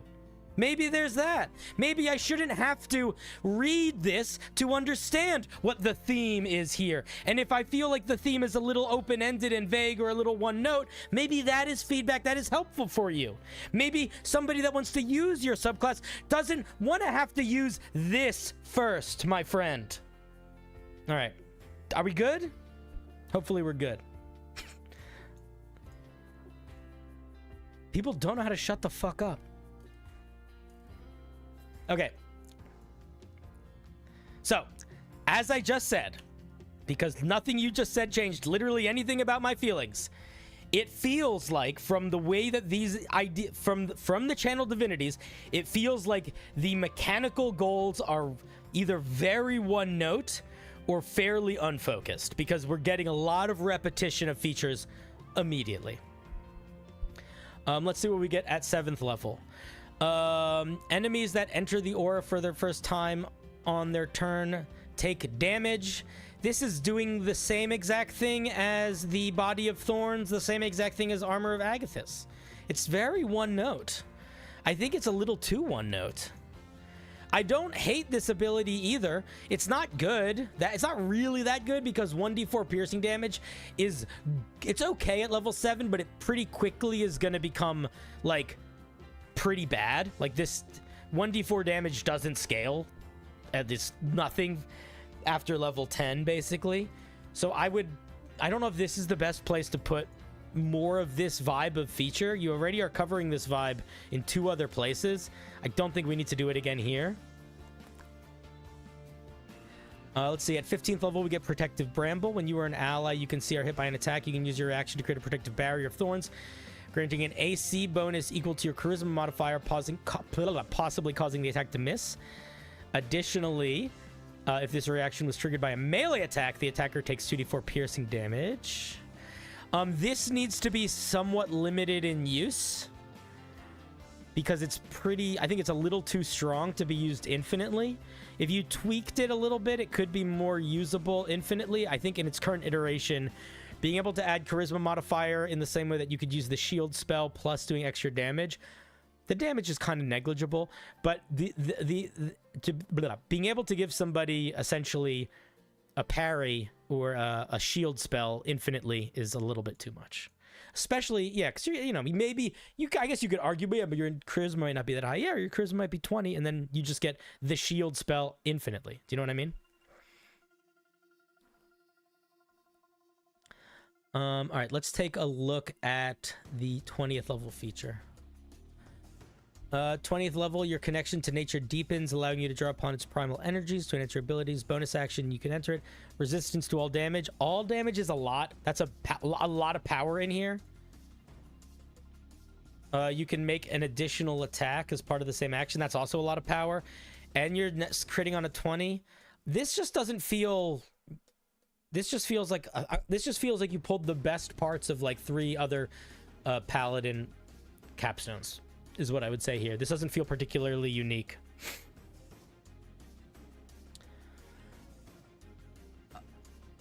There's at least like resistance to all damage is kind of open-ended. It's good. It's really strong. Getting an extra attack, I think somebody else gets. Getting a crit thing, I think somebody else gets.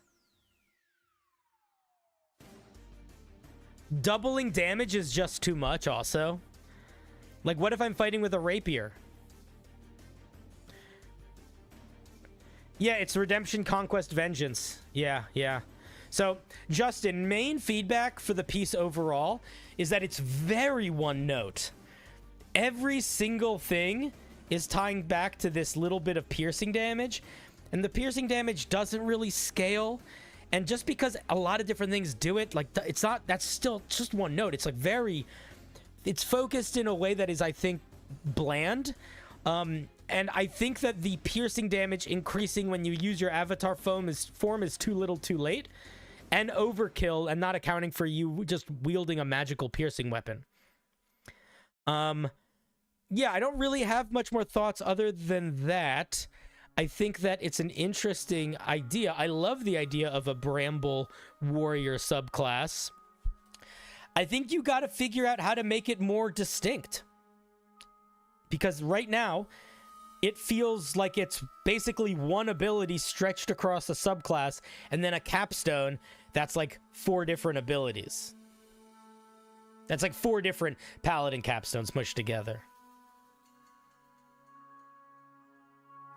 So, those are my thoughts.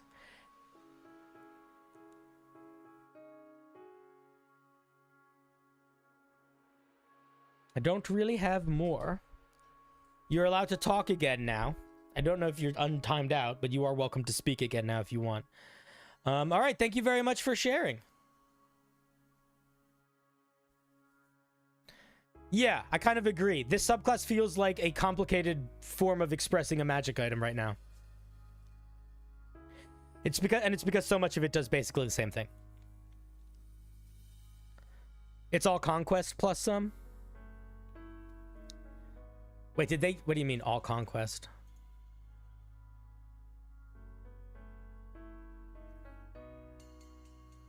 Do you mean they literally just took the entirety of the Conquest Paladin's capstone and made it do more?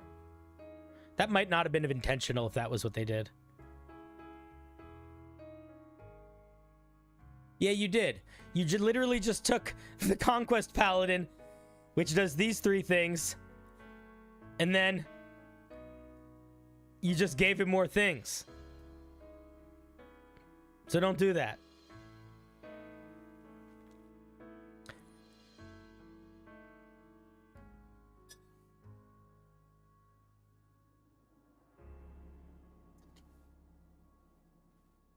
So if the idea is death by 1,000 cuts, that's fine. But that's not a subclass. Like, you have to expand on that. Like, here's a good way to think about it. If you have a really cool idea for a moment that you want to build a subclass around, cool. But the person who's using your subclass is going to do a lot more game playing than that one moment. And that one moment will get fucking boring. That's the only thing they do.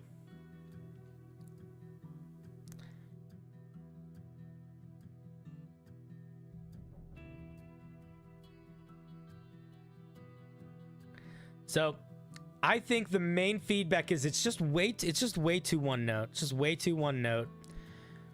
I get that it's death by 1,000 cuts, but it needs to be a subclass. It needs to not just be death by 1,000 cuts. You talk about bramble stuff. Give us more nature things in here. Like, one of these features could be more tied to nature. This feature could be more tied to nature. Either of these could be tied to a nature in a way that we don't already get in our spells. I hope this helps. Thank you very much for sharing. Let us give Justin a round of applause.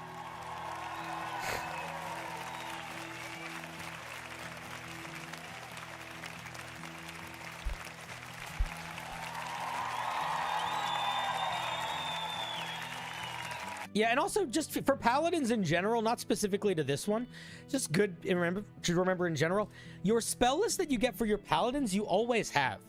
So if you pick a spell that lets you do something, you really don't want to give a class feature that then lets us do that thing, because we always have these spells. I always have Spike Growth. I don't need a Channel Divinity that does Spike Growth. We always have Armor of Agathis. We don't need 16 other ways to do that little bit of damage. You know what I mean? Or, you know, if we want to do that little bit of extra damage more, just why don't give us Armor of Agathis? Cool. All right, buddy. Thank you very much for sharing. We appreciate it.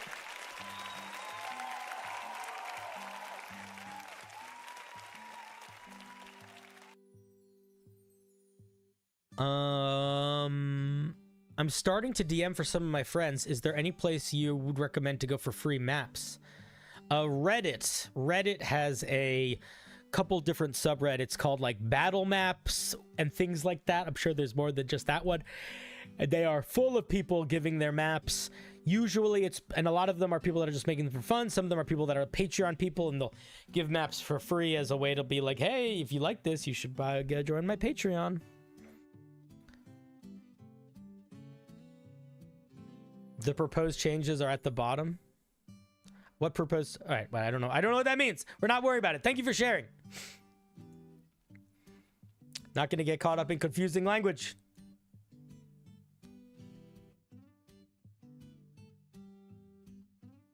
Let's see. Do we got any more? Oh, we got a couple more.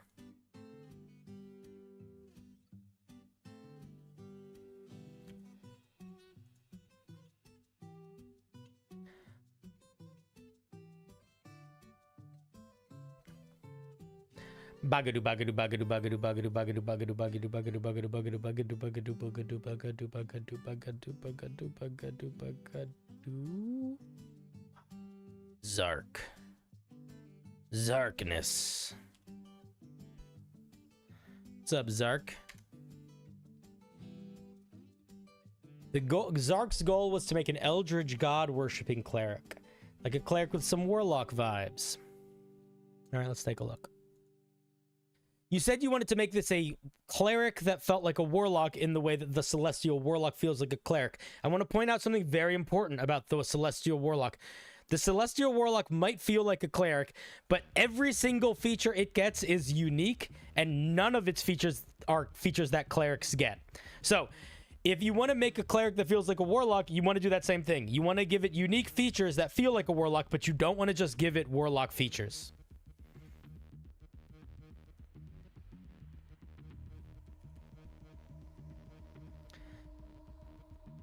I hope that makes sense. Throughout history, many Eldritch gods have had followers that seek to increase the influence of these unspeakable. Blah, blah, blah. This sentence literally tells us nothing. Get rid of it. When many have made warlocks with their dark patrons, some instead become. Figure out how to make this all one sentence. This is like a whole lot of nothing. What is the point of flavor text, chat? The point of flavor text is to make people excited about your homebrew and to make them understand the vibe of the thing, what it feels like to play it.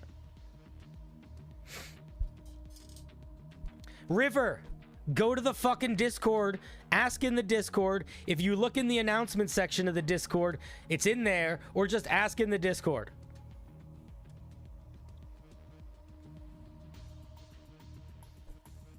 If you go to the announcement page, it's linked there too.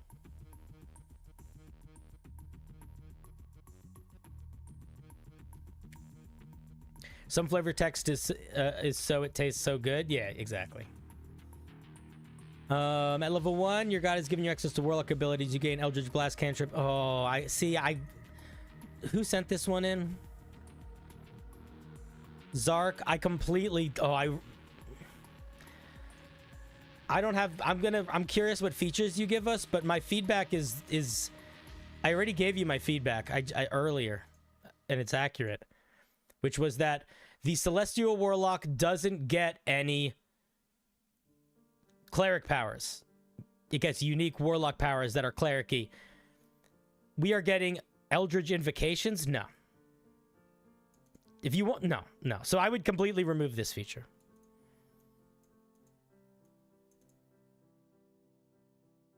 Armor of Agnes, Hex, Cloud of Daggers, Warp Sense. I don't remember what that spell does. Hunger of Hadar, Hypnotic Pattern, Banishment, Summon Aberration, Conduct of the Plane, Negative Energy, Flood. Spells list seems fine.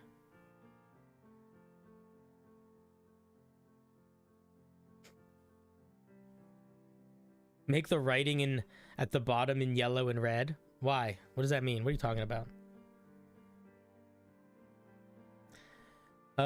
We get Channel Divinity, Waken Mind. It's an action you can establish a psychic link that lasts 10 minutes between yourself and an amount of creatures equal to your wisdom modifier. As long as you're on the same plane as them, any creatures connected can communicate telepathically with any others. Additionally, anytime a creature is connected with the psychic connection casts a spell targeting only themselves, they can choose to also give the effects to another creature. I like this conceptually. I think there needs to be... Oh, it lasts for 10 minutes. Okay. I think that this second part probably should not be infinite in use. I think this second part should probably be one time. Otherwise, I think it's a little too strong.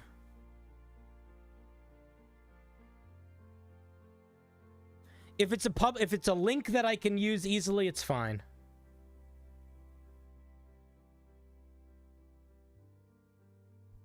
This is not the Great Old One. You're all misremembering how the Great Old One works.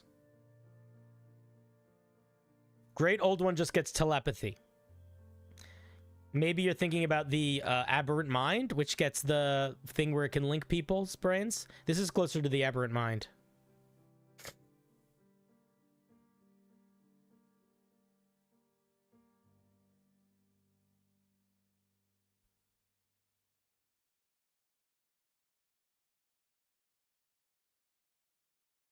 Is it better up there?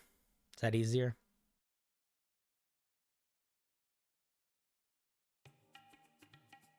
Do I only review D&D Homebrew? Yeah, pretty much. I'm not as deeply familiar with that many other gaming systems, so it would be hard for me to give feedback for something that I'm not super familiar with.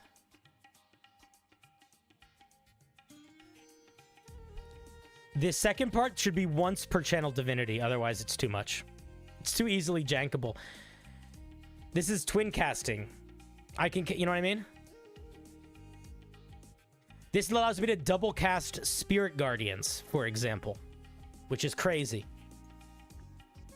Like, it might be too powerful as written, for example. Like, if you could only do this once per channel divinity, it still might be too powerful. Let's see what we get at 6th level. You can use your channel divinity to terrify your enemies. As an action, you unleash a glimpse of your Eldritch God on all creatures within 30 feet of you. They make an intelligence saving throw. If they fail, they take psychic damage and are frightened of you for 1 minute. If they succeed, they take half damage and are not frightened. Alright, it's basic. It's kind of bare bones. I mean, yeah, here's what I'd say. This is Eldritch Horror. This is a peanut butter and jelly sandwich ability. That's what this is. You either like peanut butter and jelly or you don't like peanut butter and jelly. But you know peanut butter and jelly. You've been around peanut butter and jelly. You might fucking love peanut butter and jelly. Or you might be sick of peanut butter and jelly. That's what this is. This is a peanut butter and jelly feature. You're making an Eldritch Horror. I'm going to do an AoE psychic damage. Frightened. Fine. Ain't nothing wrong with that. Potent spellcasting. Is this average power for a 6th level feature? I think the real benefit of it is that it's a pretty big AoE frighten. A 30-foot frighten is big. The damage is fine, but intelligence saving throws are much more powerful than wisdom saving throws. And an AoE 30-foot frighten is really big.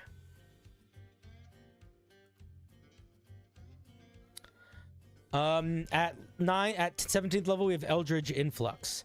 When you reach 17th level, you can tap into your god's infinite power to replenish yours and your allies. You perform a 10-minute ritual during which you beseech your god. At the end of the ritual, you and an amount of creatures equal to your wisdom modifier within 30 feet of you gain a pool equal to your wisdom modifier. Each creature can regain an amount of spell slots equal to their pool. For instance, if you have a wisdom of 20, you could regain... No. I would say this got too confusing by the time we got to pool. 10-minute ritual. Creatures equal to wisdom modifier within 30 feet. Pool equal to wisdom modifier plus 3. This is just too many things. This is just too many things. I think that my main feedback here is the way this is organized feels too complicated and a little bit tedious and maybe overpowered. But I think the bigger thing here is, why is this Eldritch? Why, like, this would make sense for like the arcane, the cleric of arcana, like the cleric of magic. Isn't all of D&D just too many things? No. The other thing is that if you do it right, you can have a shit ton of things and it doesn't feel like too many things.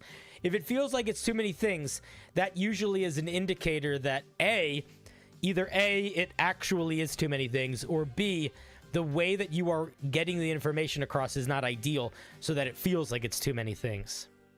You know? There's some like there's some features that take a page to write and read, and they are great. And there's some features that shouldn't take a page to write and read, and they're horrible. And and it's largely because of how much space they take up and how much they should take up. Filling as much space as you need and no more or no less is important. But that's not really what the feedback for this. The feedback for this is just complicated because it's a step on top of a step on top of a step. But my main feedback for this is, why is this Eldritch? Why isn't this on the Arcana wizard? We're just getting spells, you know? If we're just getting spells back, why is that Eldritch? That would be my question here. Yeah, I mean, I think it's a pretty neat idea. I love the idea of an Eldritch cleric. I think both of the channeled divinities are fine. This one I think needs to be tweaked a little. And I think I would completely rebuild the level 1 feature and completely rebuild the level 17 feature.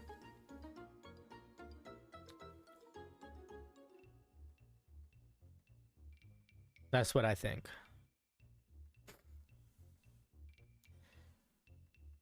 But why is harnessing divine power an Eldritch thing? That's just a cleric thing. All clerics are harnessing divine power. We don't. Why would we give our, like, we don't want to do a capstone that doesn't push towards the goal? You know? You feel like warlocks would work. Well, that was the goal here, you silly dingle dongle. Was that they wanted this thing to be an Eldritch warlock-esque cleric, in the way that the celestial warlock is like a cleric-esque warlock. Anyway, thank you very much for sharing. I think that if you make a couple big tweaks, it could be a pretty fun subclass. Let's give Zarkness a round of applause.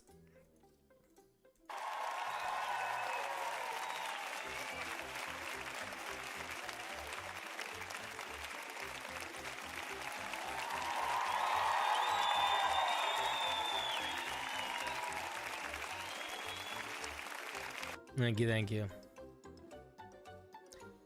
I do not have any ideas for level 1 feature, and I'll tend to tell you why. Because I would argue that both of the channel divinities that you have are fairly open-ended. They don't really tie into a specific element of Eldritch horror. They're both just sort of psychic and fear. So it's not that they're bland, but they're very open-ended. They're like a fighter without a subclass.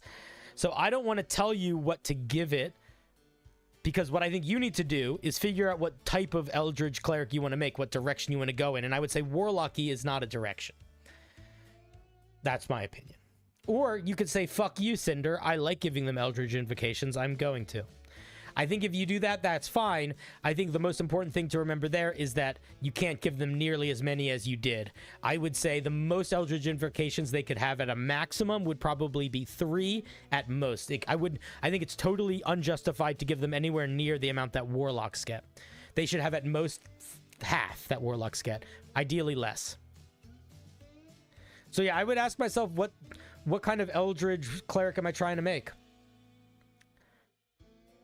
And give them a feature that pushes them in that direction. Do I want to do a body horror cleric? Do I want to do like a dream nightmare cleric? Do I want to do a mind controlling madness cleric? Do I want to do like the apocalypse is coming cleric? Do I want to do like an oracle cleric? You know, there's a lot of different ways to be Eldritch. All right, Zarky, thank you.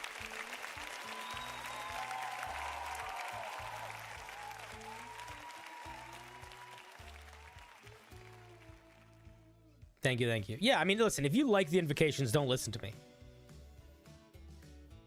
You should never listen to me if you disagree strongly. You should just do what you want. Maybe not like, you know, if you're doing something bad, but like for Homebrew, who cares?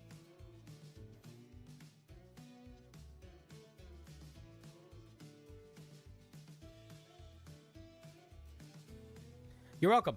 You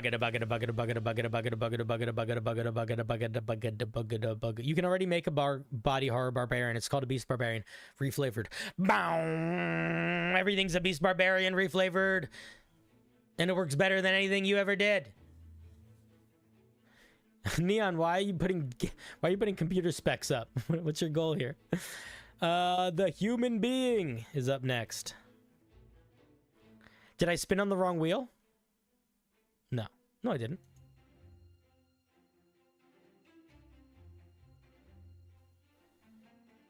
Let's see. They said their goal was to make a versatile object / material that anyone could use. Ooh, a material. What are we gonna look at?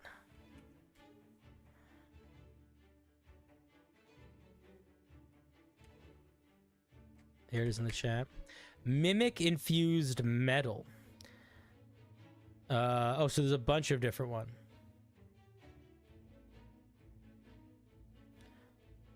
You cannot form a piece of metal out of it. I don't... Why does that matter?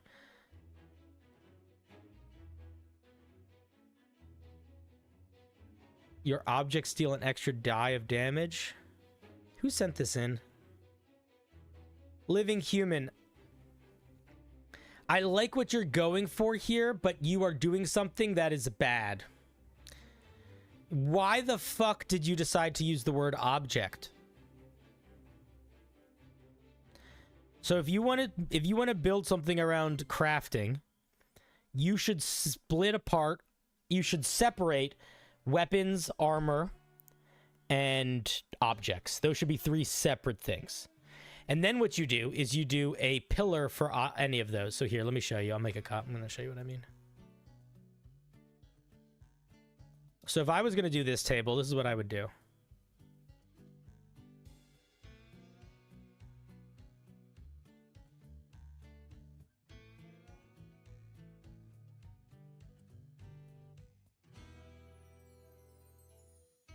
I would do something like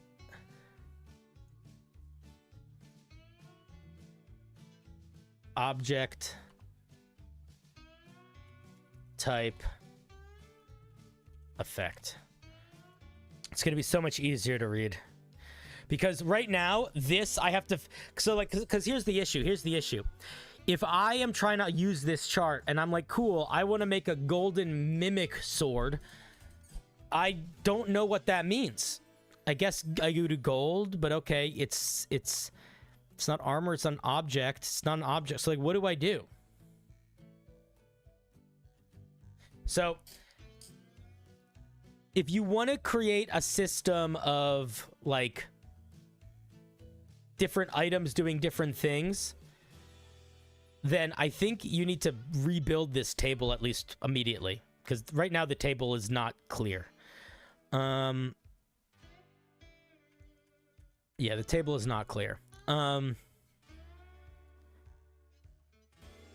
Dealing an extra die of damage is more powerful than an uncommon item, just so you know. It's like, if I make a gold mimic greatsword that deals, or gold mimic great axe that deals 2d12 damage as opposed to 1d12 damage, so that's a lot more powerful than an uncommon item. So I would probably not keep this way. I'd probably tweak it. Maybe it deals an extra 1d4 damage regardless of what the item is. What does adamantine do? Same feedback. Yeah, same feedback.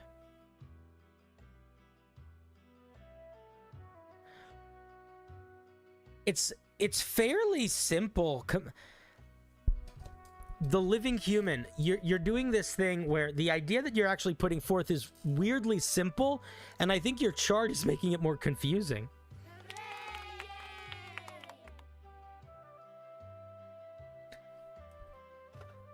Oi Gussie, what a horrible name. Thank you for the membership. That name hurts my bones.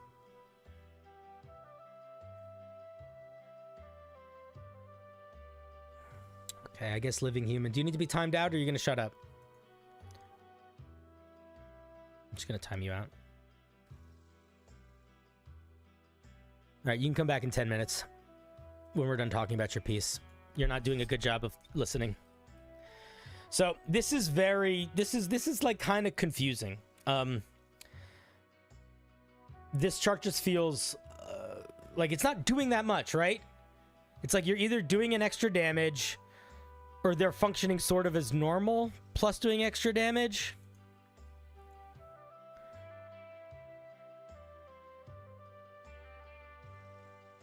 Ten minute feels a bit harsh. We might talk about their piece for 10 minutes. I couldn't pick 5. It wasn't an option I had. If a mod wants to change it, they're more than welcome to. But they were immediately they immediately didn't understand the rules of the game.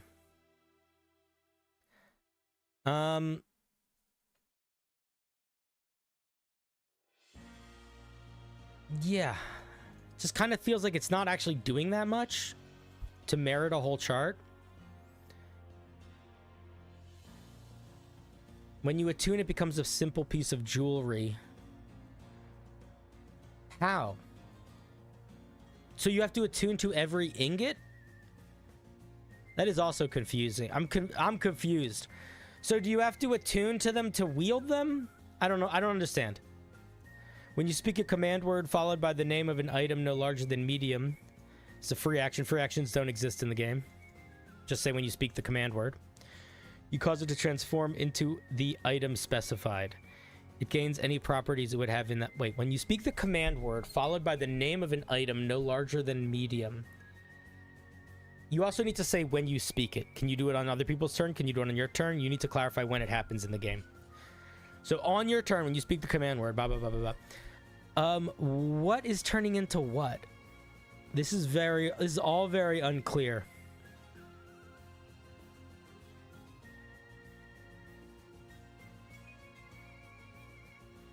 This is so confusing.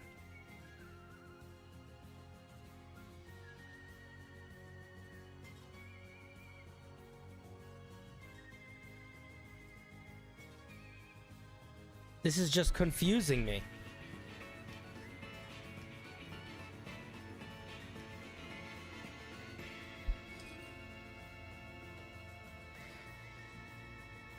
Hello, Raiders. How are you guys doing? We are reviewing some homebrew that is pretty poorly formatted.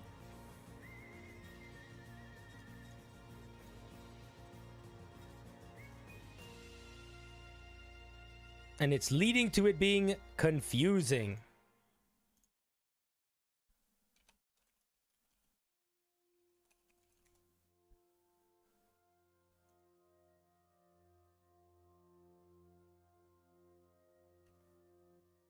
I will try to unban them, but if their username is not the same thing as what they put in the thing, it's not going to work. Didn't work. The living human, I don't even know how to unban you. Because your name is not the right name. That's funny.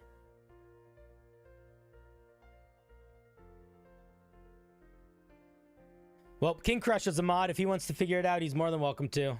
No pressure if he doesn't.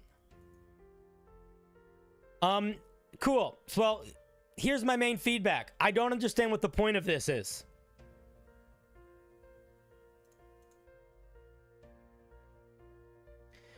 If the goal here... You untimed him out? Okay, cool. If the goal here is that you are making an object that becomes other objects, this is a really bad way of doing it. This is so confusing. Like, I genuinely don't understand why we're attuning to things. I don't understand what's turning into what here. It's just confusing. It's just confusing. It's supposed to be a piece of jewelry that someone speaks a command word and then it becomes an item. Then write...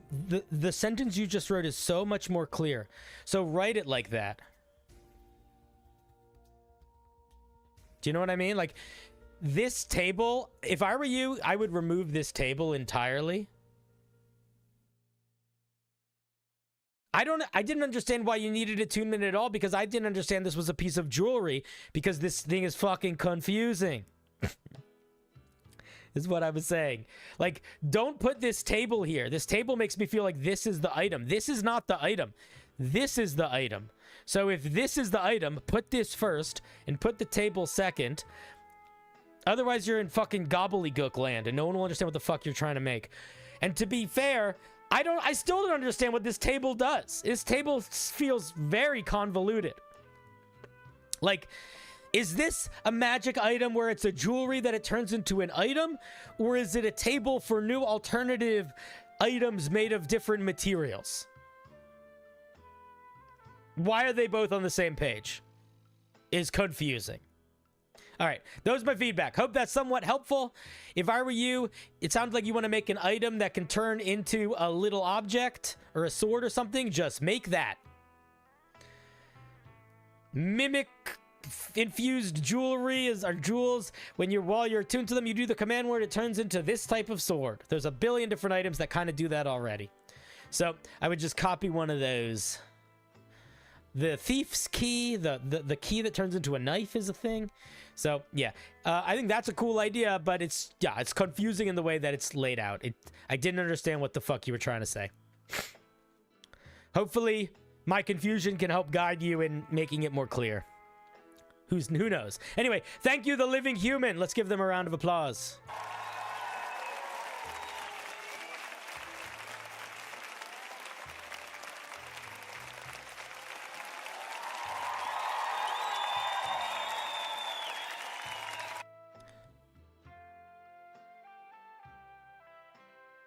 The mimic I mean, I get that there are different types of metals that do different things, but this feels separate from this, And I would say you should look to literally any magic item that has ever been written for an example of what I mean. If you want to look for magic items that transform into other things, none of them use tables like this. If you want to use magic items that have variations, none of them put the variation before they explain the item.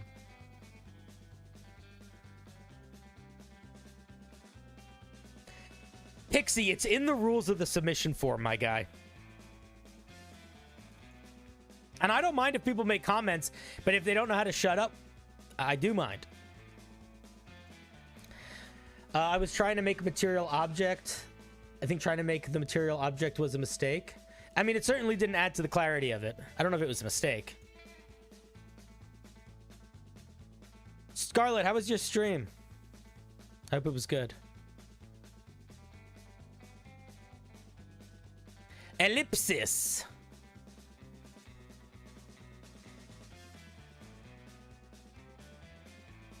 Kaboosh.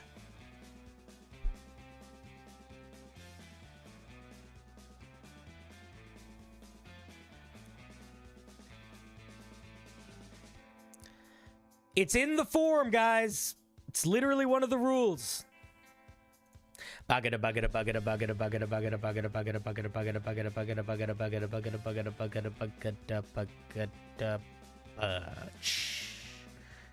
Next up is Cadiz. What you got for us, Chris? I wanted to make this homebrew balanced, and I'm not sure how to do that do the CR for a monster like this. And a lot of this is going to be so annoying to say, but one of the easiest ways to pick a CR for a monster, actually the easiest way to pick a CR for a monster, is to pick other monsters that are of similar levels of power that you want yours to be. And it's hard. So here's the tricky thing. Right now, this thing is scaled as a CR5 monster. The CR of a monster impacts the numbers. So you can't really go into a monster blind. You have to have... because the challenge rating of the monster impacts its saving throw. So if a monster has a +2 to dexterity and a +5 to dexterity saving throws, that means its proficiency bonus is +3, which means it's roughly between a CR5 and a CR8 monster. And there's not a right or wrong way or direction to go with there, but that's just a thing to think about. You want to make sure all your math is right. Write your hit points out properly. This math probably doesn't match this. You probably are like, I don't want to have to figure out hit die and stuff, but it does. It's noticeable and awkward. Also, you didn't do your math right here either. So monsters stat blocks work the same way that players do sometimes.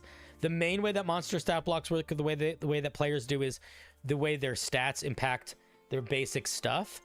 So its armor class should be 10 plus its dexterity modifier, unless it has some alternative armor, because that's how armor class works. That's how player armor class works. That's how monster armor class works. So if its dex is 12, this AC should be 12.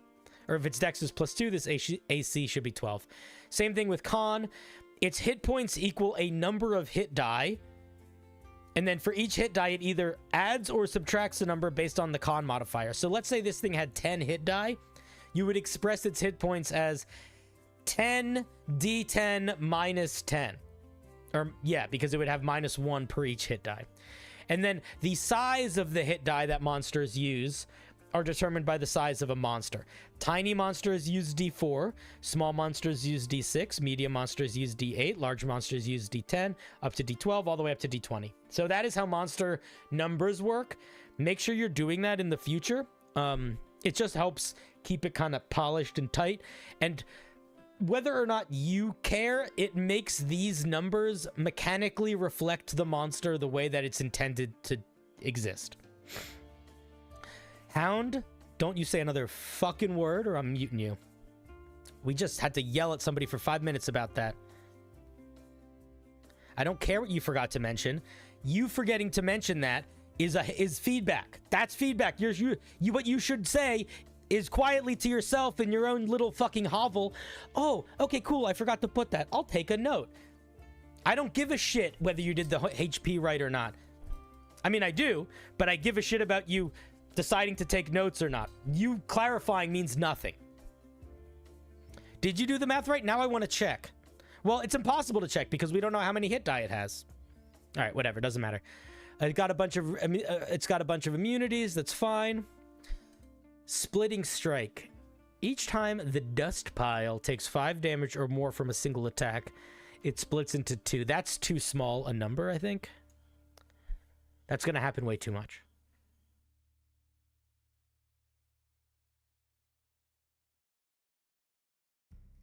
So, if you want this monster to be not annoying to run and not annoying to navigate and manage, you want this damage to be higher.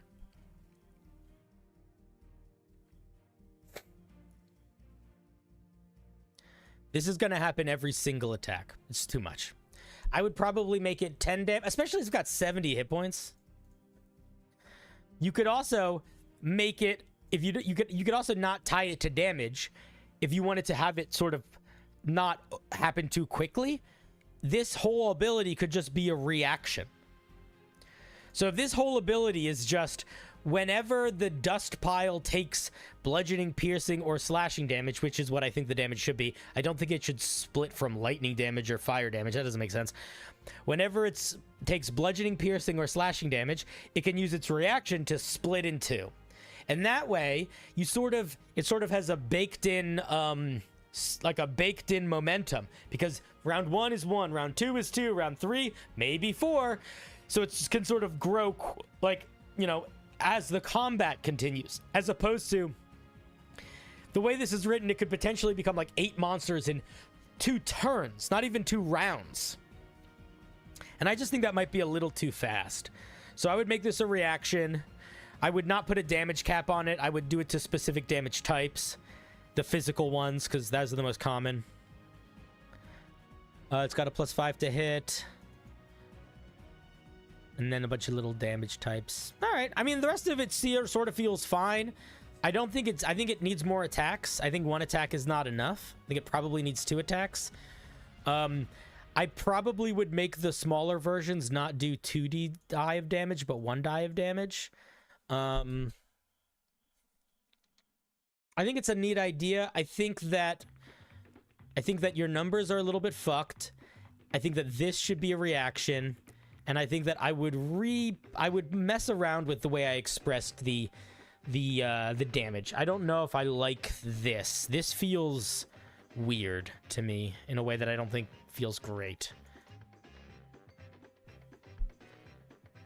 But the monster itself seems very cool. I don't really have more thoughts. You think 1 attack makes more sense if there's 8 of them? I think when it's in its main form, I think it should get more than 1 attack. But that's just me. All right, cool. I don't really have more thoughts, Chris. Thank you very much for sharing. I think it's a neat idea. Main feedback would be make this a reaction, fix up your numbers, experiment with this. Alrighty. Let us give Chris a round of applause. Thank you.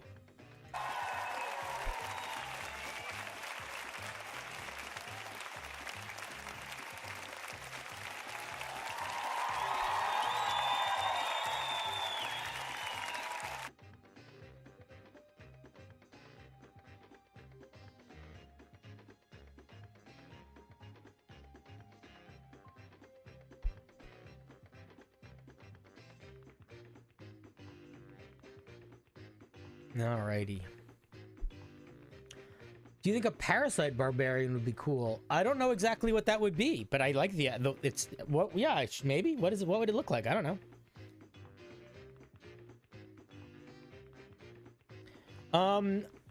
How do you handle bloat in the first pass of your homebrew? I think the easiest way to handle bloat in the first pass of your homebrew is to ask yourself a question: does it need this to feel good?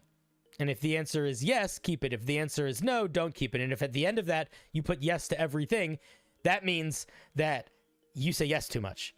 And now you need to say, okay, I need to cut everything down. So you just need to say, I'm going to put it in order of most important to least important. Keep the most importance, get rid of the least importance. Usually, if your idea requires too many things to feel like an idea, you're starting to not build a subclass. You're starting to either build something that's like either a different D&D type of game or something that should be not just a subclass, but a subclass and a magic item and other things. Like you're just putting too many things in. If something can be filled out but with a spell, a magic item, a feat, it doesn't need to be in it usually. Especially if you've got bloat going on. All right, thank you, Chris. Ooh, the member wheel's looking thin. Buggada buggada buggada buggada buggada buggada buggada buggada buggada buggada buggada buggada buggada buggada buggada buggada buggada buggada buggada buggada. Milky Boy. You can always edit your submission.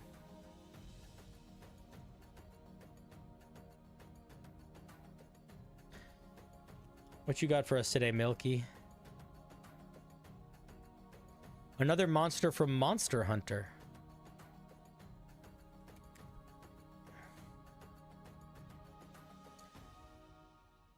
I gotta say, and I don't mean any offense to anybody by this. I really don't.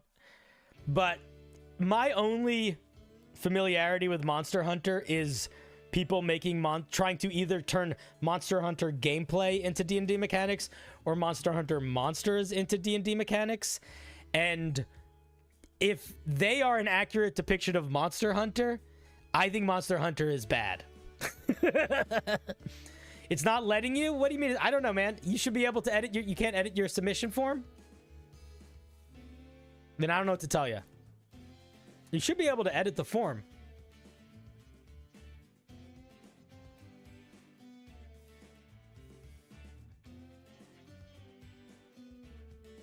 If you can, I'm not sure what's going on.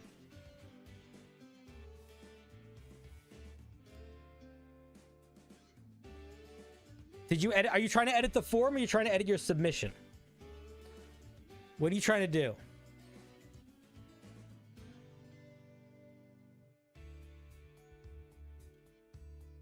Okay, let me see if I can fix it. Settings, responses. Yeah, you can edit your response, dude. You can edit your response. I don't know what to tell you. It's there. You might be signing into a different account or something.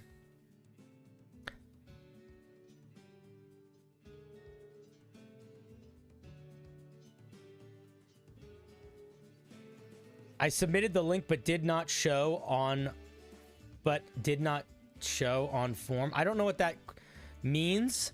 So I'm going to say you can ask for help in the Discord or other places because that sentence is confusing. I submitted link but did not show on form.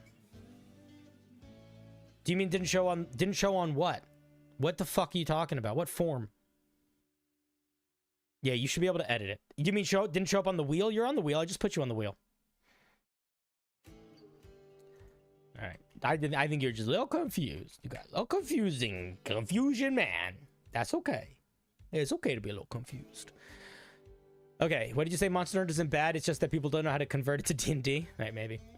It's a big monster, big hit points, big flying, big numbers, intelligence and charisma are its weakness.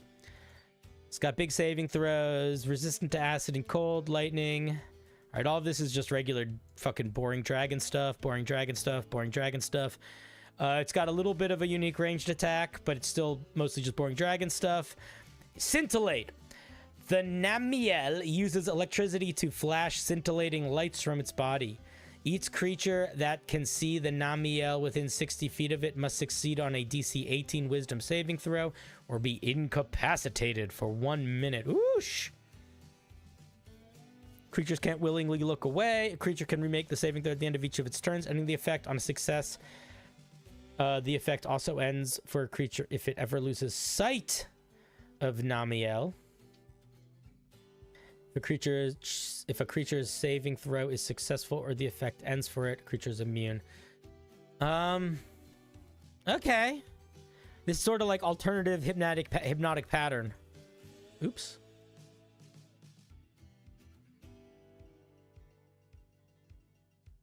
This is so similar to hypnotic pattern, except it's a little off. When I was halfway through reading it, I was like, this is so many words where you could just give them a hypnotic pattern. But it's a little different.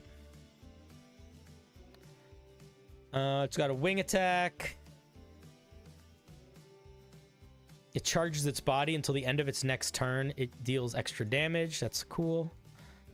Discharges electricity in a 10-foot radius around it. Each creature takes lightning damage. Yeah, I don't have a lot to say. Who sent this one in? Milky.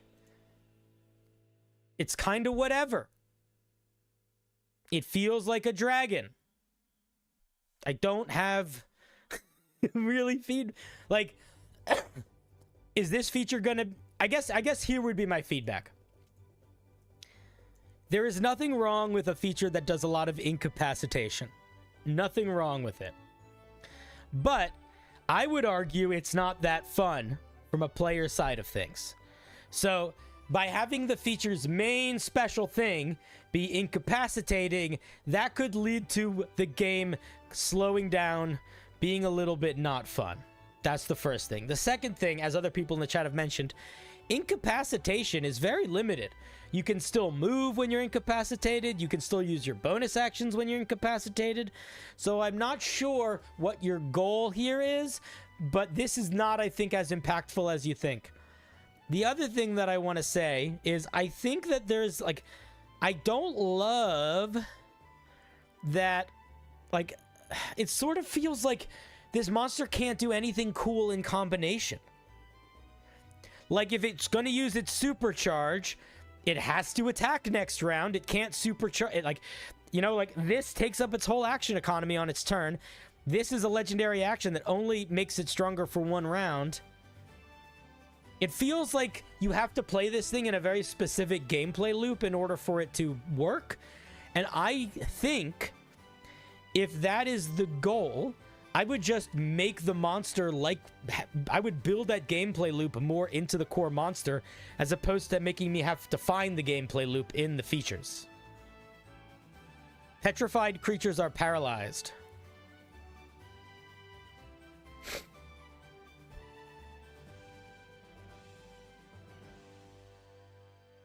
In Monster Hunter, it can create pockets of water that explode when it hits the puddles with electricity. I love that. That would be an amazing idea. Why not give it a feature where it can launch a bunch of puddles of water and that when it's standing in puddles of water, they're electrically charged? That would be sick. That would be sick. So, I don't think there's anything inherently wrong with it. I think that building something around an incapacitation feature is sort of deciding to make that thing less fun. And I think that from what people are saying in chat, it sounds like there's a couple other things that you could be incorporating to make this feel a little bit more like the monster it's intended to feel like.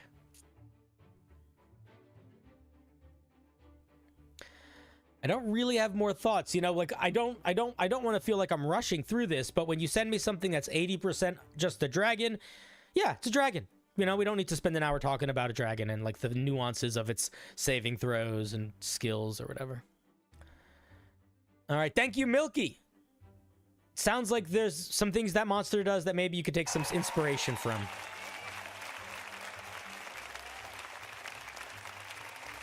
Thank you, thank you.